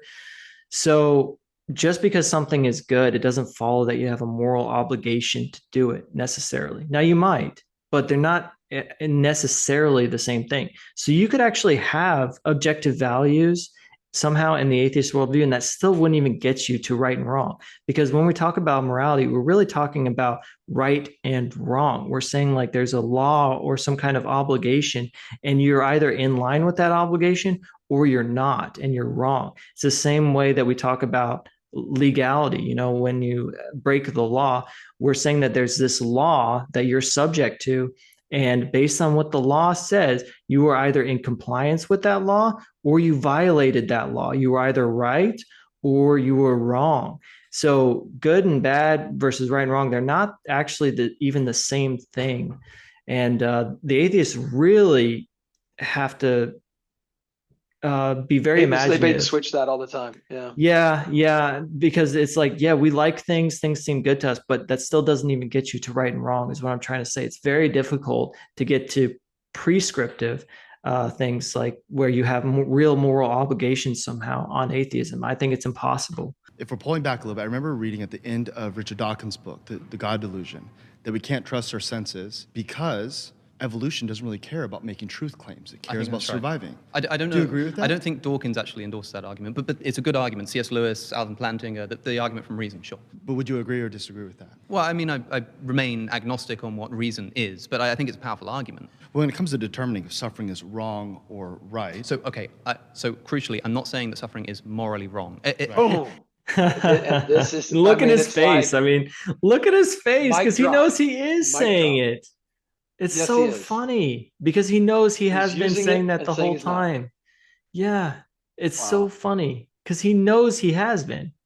Look at his smirk. It's so funny. He's very smart. He knows he has actually been making this argument, because if he wasn't, then he might as well have been talking about grass. He might as well have been talking about water. Like, what does it matter if there's suffering? What if it's not wrong, if it's not bad? Then why is it relevant? Why would a God not, why would a God stop it if there's nothing wrong with it? You are saying that there's something wrong with it, Alex. I'm not saying that suffering is morally wrong. Outside of the senses that I, as an emotivist, will just express an emotion towards it, that I don't like it. I'm not claiming that it's immoral, that it's objectively bad. What I'm claiming is that suffering is unexpected on theism. It's an internal critique. Yeah, there it is. And I told you in the beginning that he was going to shift it from being a probabilistic argument to an internal critique. And that is absolutely shifting the goalposts, because he did not start this as an internal critique. He started this as a probabilistic argument, saying you drop into a world, and now he's trying to say that it's an internal critique. But when you make an internal critique, you're talking about different, you take a belief here, and is it consistent with this belief, and that sort of thing. And that is not how he started this argument. So he's absolutely not being genuine right now, in my view. And he's completely shifted the goalposts. And him saying that he doesn't think that there's anything even wrong with suffering, I think that completely undoes his argument then, and he should have been held to the fire on that immediately. So you're saying that you don't think there's anything actually wrong with suffering. Then why is it relevant? Why would God stop it if there's nothing wrong with it? That should be the question. Why would God, Alex, you just said that there's nothing wrong with suffering. So why should God stop it if there's nothing wrong with it? How is this an argument then? I almost go, and maybe this is defense rather than offense. I almost go, Alex, the way you've described it, if this is an internal critique, say we are standing inside of theism, or more specifically, I guess you'd have to say theism on this point. He still is not representing what I said at the beginning, those three views. You've got old earth, or theistic evolution, old earth creation, and biblical creation. He's still only critiquing theistic evolution. And I think that'll come out even more here as he does it. If I'm going to do an internal critique, it seems like the God who used theistic evolution doesn't make sense. And I'm like, I agree. The God who used theistic evolution does not make sense. It's not biblical. So, and I don't know if that's maybe more defense than offense, but I think it's more defense. I do want to say I think it's more defense than offense. And I also just want to say, while it is somewhat relevant in one area, even if we granted theistic evolution, it's harder to account for, but he still has the exact same problem. It's still, why is there intrinsic badness anyway? He wouldn't escape the problem even if theistic evolution was true. You're still appealing to something that's actually bad, is what he's doing. And you cannot ground that on atheism. That actually points directly to that there's a good God, that we can trust our moral intuitions, and that there's objective badness and objective goodness. And you only get that with a good God. So even if you gave him theistic evolution, he's still not anywhere close to an argument for atheism. He's still making an argument for theism. Lincoln said of slavery, if this is not wrong, then nothing is wrong. You don't have to believe that something's wrong, right. But if there is such a thing as objective morality, I don't think that it would consist in a God who oversees the amount of suffering that we have on planet Earth. Timothy Keller does this story about no-see-ums. Have you heard of the no-see-um story? No. Yeah, so he says if you have a tent and you look in there and you say, hey, I think I have some dogs in the tent. Maybe, like, for example, I have a golden doodle. He's a killer. That was just a joke, but we can move on. And if I said, hey, I have a golden doodle inside the tent, you would expect to see one. But if I said, hey, there's some no-see-ums. These little gnats are so tiny they actually go through the screen. Sure. He says, there's some no-see-ums in the tent. You might look in there and go, I don't see any no-see-ums. Mm-hmm. But of course you don't see no-see-ums because nobody can see them. Okay, so just because there's maybe not a reason that we can identify doesn't mean that there can't be a reason. Now, it's kind of cold comfort. That doesn't get us 100% of the way there, but it gets us part of the way there. That's true. So the existence of evil is not logically, or suffering is not logically incompatible with God's existence. But it's a bit like if somebody came up to me right now and stole my friend's wallet in front of me and shot him dead and ran away, and I was grieving, and somebody said to me, well, hey man, you don't know, that person might have worked for the CIA, and your friend might have secretly been harboring the nuclear codes, and killing him might have been good for the country, and he stole the wallet because that's where the codes were. And I would say, well, what evidence do you have for that? And you say, well, look, just because I don't have evidence for it doesn't mean that there might not be some evidence that I don't know about. I would say, until I see why I should think that's the case, I'm not going to believe it. And I'm certainly not going to be less upset in my grieving over my friend because of the possibility that there could be an explanation for it. There's so much suffering imbued in the human experience that if somebody says, well, look, there could be an explanation, it's like, okay, fine, but let me know when you know what it is. Oh, great. I think the thing that's hard... All right, pause. You've been voted out by the majority. Please return to your seats. Sorry, Dan, more time. Hey, thanks. All right, thank you. Yeah, I totally agree with Alex here. Yeah. Yep. I agree with Alex here. He's exactly right. Just because there could be an explanation for suffering, his argument is that we don't seem to have an explanation right now. I mean, obviously Christians would say that we do, but from his perspective, and this is the point, he's stepping in and out of our worldviews, because on his worldview, there isn't an explanation. On the Christian worldview, there is an explanation, but the point that there could be a good explanation for the suffering really doesn't address the argument that Alex is making, which is that on atheism, it's hard to see why suffering would sorry, if God exists, then we shouldn't expect to see suffering. Just that simple argument. This really doesn't get at the heart of that argument at all. I think it's a poor response.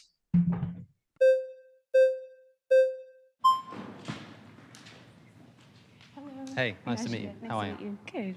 I just want to say I don't understand why you would get out of your chair if you're not sprinting. Why even? It's like these people are getting out and they're like walking to the chair, and it's like if you're gonna get up, you should be sprinting. Why would you get up and just lollygag? If I'm getting my butt out of that chair, I'm sprinting because I'm like ready to go. It's either stay in the chair or get to it. I think it shows. I think it shows that you got 25 Christians there that are very nervous about trying to have a conversation with Alex. Yeah, you might be right. Repeat your claim one more time. That suffering is unexpected if a good God exists. Unexpected. Mm-hmm. So when you say unexpected, like you're caught off guard by it, or you're expecting like all good things to happen over That if I assume that there is a good God supervising, invigilating the universe, that I would not expect to see so much suffering. Right. So much gratuitous, seemingly unnecessary suffering. Right. Why? Why though, Alex? That needs to be the question. Why? Why would we not expect to see suffering? What's the reason for that? Like, what's the justification? Why would we not expect to see grass in the world, Alex? Like, what's the reason? Nobody's asking. And he would have to say, in his worldview, ick. Yeah, well, then there goes his argument. Exactly.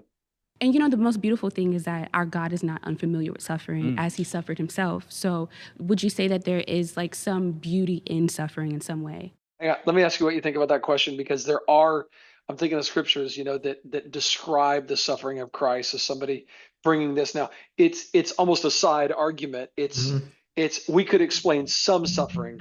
Alex is bringing all suffering, not some suffering. I'm talking about the stuff that seems like it's senseless. So this is almost going to a specific rather than an overall general. Yeah, I think that once again, we're moving right to Christianity and completely granting his premises. And now we're just trying to defensively explain the suffering in a way that is palatable. And we're not even really addressing his argument at all. We're just it's as if Alex said, how do you explain why suffering might be good on Christianity? And she's arguing that, or she's trying to explain that question, but that's not what Alex is asking. He's not asking, how do you explain why suffering happens if Christianity is true? He's saying, if suffering exists, it's more likely that God does not exist. That's all he's saying. So I think that she's just talking about something that's totally not relevant right now to the argument. And it's a big mistake. Now, it does go somewhere that I like here in just a second. Yeah. And the most beautiful thing is that our God is not unfamiliar with suffering as he suffered himself. So would you say that there is like some beauty in suffering in some way? I would say that there can be sort of poetically, you can look at suffering and think that's a beautiful story, but I don't think that the person suffering, especially if they die as a direct result, might think that. Also, I think that if I knew someone whose child died of leukemia and suffered for it, right, and I went to them and said, but hey, there's some beauty in the suffering, isn't there? I think I'd be kicked out of the funeral. Right. Well, I would say like the same thing for a woman giving birth, right? It's suffering, like it sucks, it hurts. Sure. But imagine you could have the giving birth without the pain of giving birth. Would you prefer that? Of course, yeah, you would prefer that. So then if God can bring about the good stuff without the bad stuff, then there's no reason to bring about the bad stuff. So what we have to show is why the bad stuff is necessary. Did you hear the example that he just gave? The example he gives is that, well, she brings it up, but he goes with it. Imagine being able to give birth without pain. Right. And I'm going, hey, guys, like, ding, ding, ding, ding, ding. Some bells should be going off. That's exactly what God did originally. Yeah. Pain in childbirth is because of the fall, because of the curse. It's right there in scripture. It's the first couple chapters. You can't miss it, man. Part of the curse, man, you're going to have to work by the sweat of your brow. The thorns are going to be in the earth. And for the woman, you're going to go through pain in childbirth. And I'm like, wow, what for them to go to that example, and it's right there in scripture. It's like, obviously, the God of the Bible, biblical creation, did not create it the way you're describing it. Well, not only that, Eric, but also I think that we should mention that the Bible says that in heaven, it's going to be very much like childbirth, meaning that when we get to heaven, all of the suffering that we've endured in this life is going to be washed away, and we're going to be forgetting about it, just like a woman who has given birth to her baby and she's holding her baby and she's forgotten all about that terrible pain that she was in. The Bible literally says it's going to be like that in heaven. And we're going to cross through that veil of tears, and there will be no more tears. There will be no more sorrow. Yeah. So it's relevant for a few different reasons, I think. But I also want to point out here that he said, would you prefer not to be in pain when you are giving birth? And I just want to point out, why does it matter that all of our preferences aren't met? This is really what suffering ultimately, I think, boils down to, is that things aren't the way that we want them to be.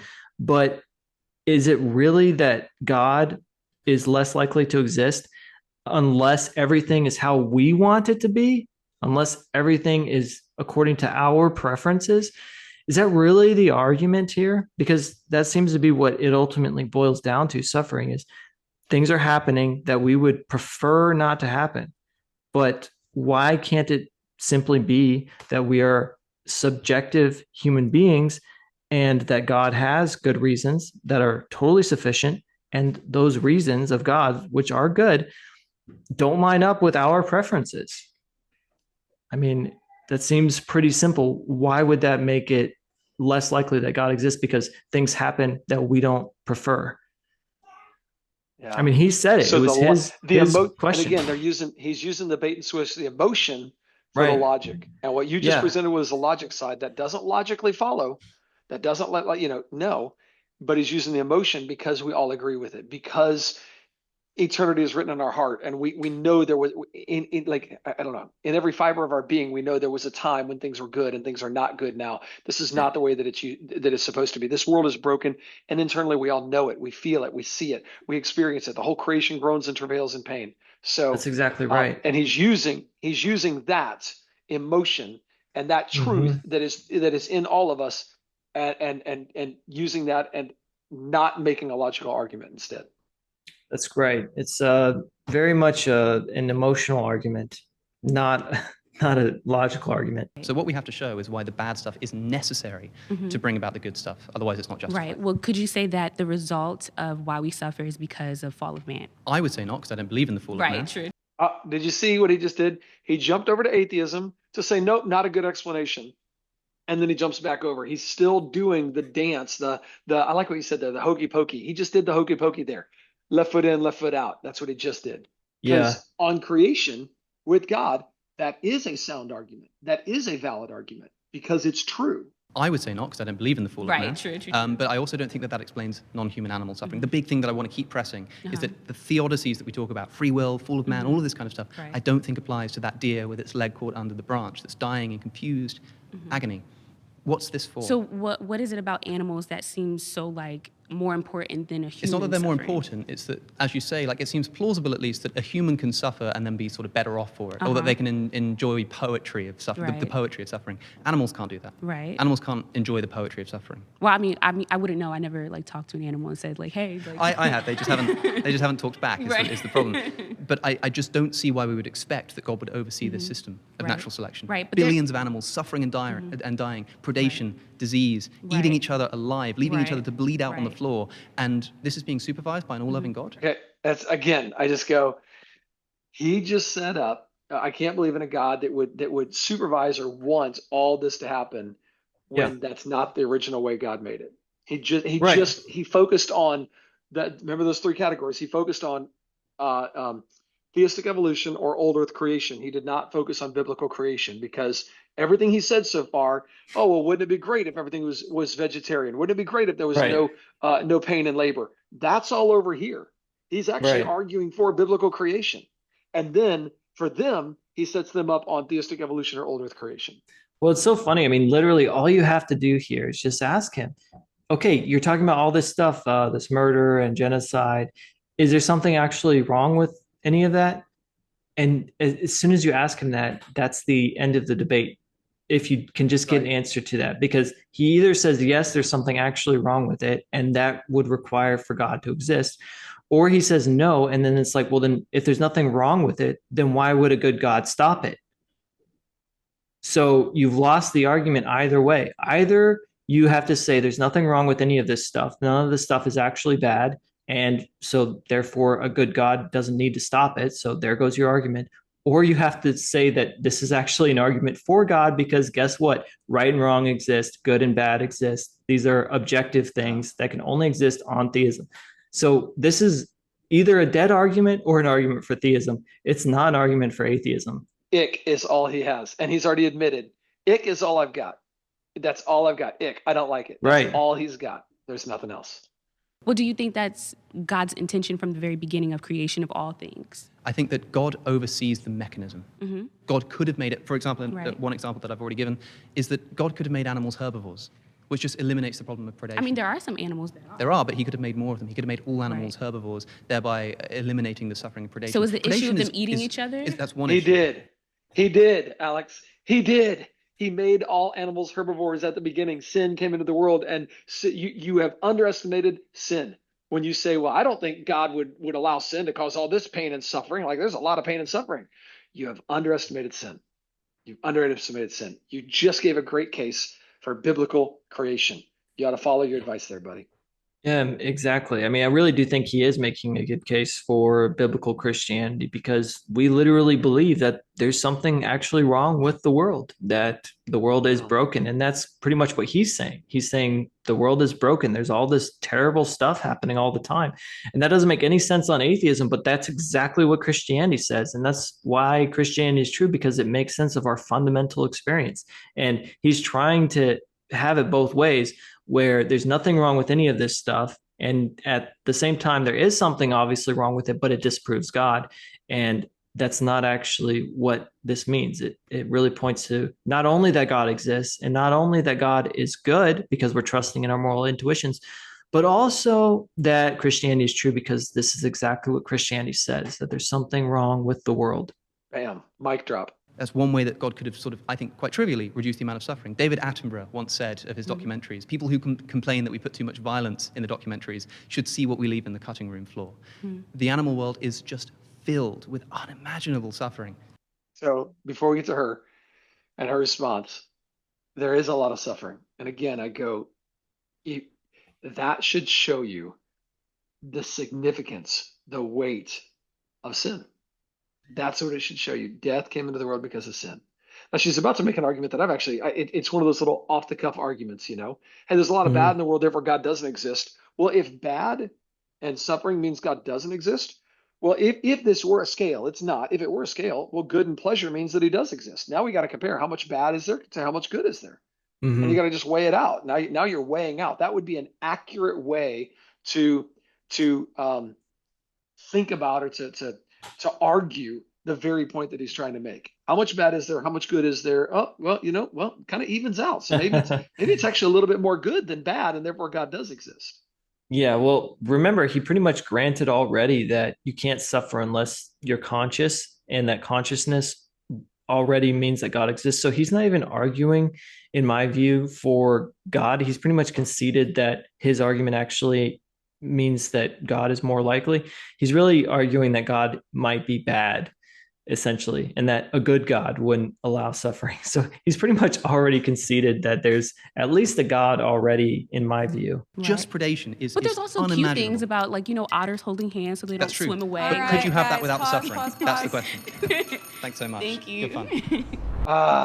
Well, I don't know if anybody's still watching this, Darwin, but if they are, any final thoughts on this first little section of Alex O'Connor debating 25 Christians? Yeah, I just want to reiterate that whenever an atheist is making an argument, you need to always think about what is being assumed. Anytime anyone makes an argument, you should always think about what is not being said, what must be true in order for that premise to be true. It must be true that there's something actually wrong or bad about suffering in order for God to have to stop the suffering.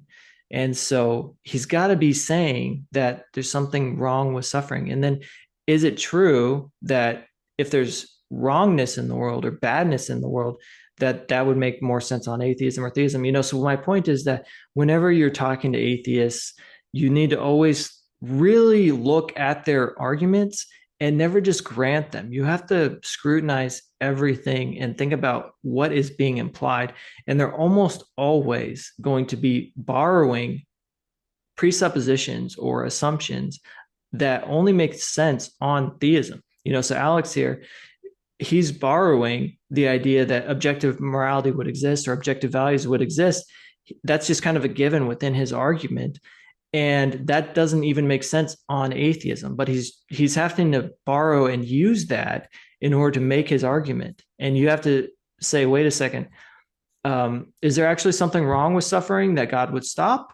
Or is suffering not actually wrong? It's just something that you see and you say, icky, which is totally not an argument, right? Oh, I see stuff that I personally find icky, so therefore it's not likely that God exists. That's a terrible argument. He doesn't want to say that. That is his argument. That's exactly what his argument is. So you just have to really, and if you're talking to an atheist, you really have to focus on your points and not let them move you away from your points. You've got to be able to control the conversation a bit. And Alex was very good at controlling the conversation and talking about what he wanted to talk about. A lot of the Christians that came to the table and they started off with good questions, but then they immediately got distracted by Alex and started to play defense. And they also started to talk about Christianity when they shouldn't have, because the argument that Alex was making was not necessarily about Christianity. So I think that there's a lot of things that we as Christians can learn from this video. And the main takeaway in my view, though, is to always question those assumptions that are within the argument. The Bible tells us to be ready always to give an answer, and most Christians aren't. That's why Darwin to Jesus does what he does on Twitter, on X, excuse me. That's why we do what we do over at creationtoday.org. We do a discipleship program every week, having conversations, teaching people how to defend their faith, because it's so critical. Most people are not ready to do it, but God commands us to be. So don't have a very shallow faith. Don't be a lazy Christian. Study to show yourself approved unto God, a workman that needs not to be ashamed, rightly dividing the word of truth. Let's dig into God's word. Let's dig into God's truth and stand on that as our foundation for everything. I've got a talk, Darwin, that I do called Every Argument Against God Proves God. And it's similar vein, but we go through how there's only three types of arguments. It's either a scientific argument or a moral argument or a logical argument. Those are your only arguments against God. And then we show where the foundation of those are. If you don't start with God, you can't get laws of logic, laws of science, and laws of morality. You just can't get them. So it's a fun little way to expose every argument against God assumes that God exists. And I think Alex just showed us that very clearly today. So Alex, as soon as you're willing to bow the knee and admit this, welcome to Christianity, buddy. Jesus loves you, man. Yeah, I want to say one other thing about Alex, which is that I think that if he gets saved, and I really hope that he does, he'll be a wonderful Christian. I think that will be fantastic to have him on the team. I think that he is really great at arguing. I think he'd be very passionate. He and I are very much alike in some ways. And I really pray that he does get saved. I think that he will. I think that he's searching pretty seriously, and he's going to eventually give up. He's just young, and when you're young, you want to live for yourself, I think. So be in prayer for Alex, guys, and for all of the atheists. And also, Eric, I wanted to remind you that this is only part of the video, and you plan on reviewing the other parts of the video, because this is just one 20-minute section, and there are 3 other sections that you're planning on reviewing with other people, right? Yeah. I'm excited about that. And hey, for those of you, if you're an atheist or you've seen this, or maybe you're where Darwin was back when he was an atheist, and these kind of thoughts, he kept logically going down, and God kept showing him, wow, God has to exist. And by the way, his testimony, I don't know where all you have it. I know I've got it on our website called Atheist to Evangelist, your whole hour-and-a-half testimony. It's incredible. So I would encourage you to check that out, or on his YouTube or on his X platform. You can see his writings and his videos. Really does a great job of lovingly communicating with the skeptic audience, because that's where he was. So he does a great job of communicating with them. And if you're curious about the truth, man, I got a gift for you. It's completely free. This isn't for me. This is for you. creationtoday.org/gift. creationtoday.org/gift. Would love for you to go there. And it takes about, actually, it's a decent read, about a 7-minute read. But man, if you want to spend 7 minutes truly understanding the gospel, go to creationtoday.org/gift. You'll love it. Love it. Darwin, thanks for hanging out with me tonight, man. Yeah, this was wonderful. I really appreciate you having me on, and this was great. I really hope that other Christians benefit from this, and maybe even Alex will watch it and we can talk about it sometime. Let's schedule a conversation with Alex. That sounds great. I'd love it. I'd love it. Wouldn't that be fun? All right, Alex, I won't say you're so cool, but I will say I love you. I really do. We wouldn't be spending this time if we didn't love you. And that's to all the skeptics, to all the skeptics out there. We love you, and Darwin loves you. And Absolutely. we take this time because we love you. That's the reason. Awesome. God bless, guys. Make sure you're following Darwin over at his channels on YouTube and on X. And we'll look forward to seeing you for the next section of this review of one atheist versus 25 Christians.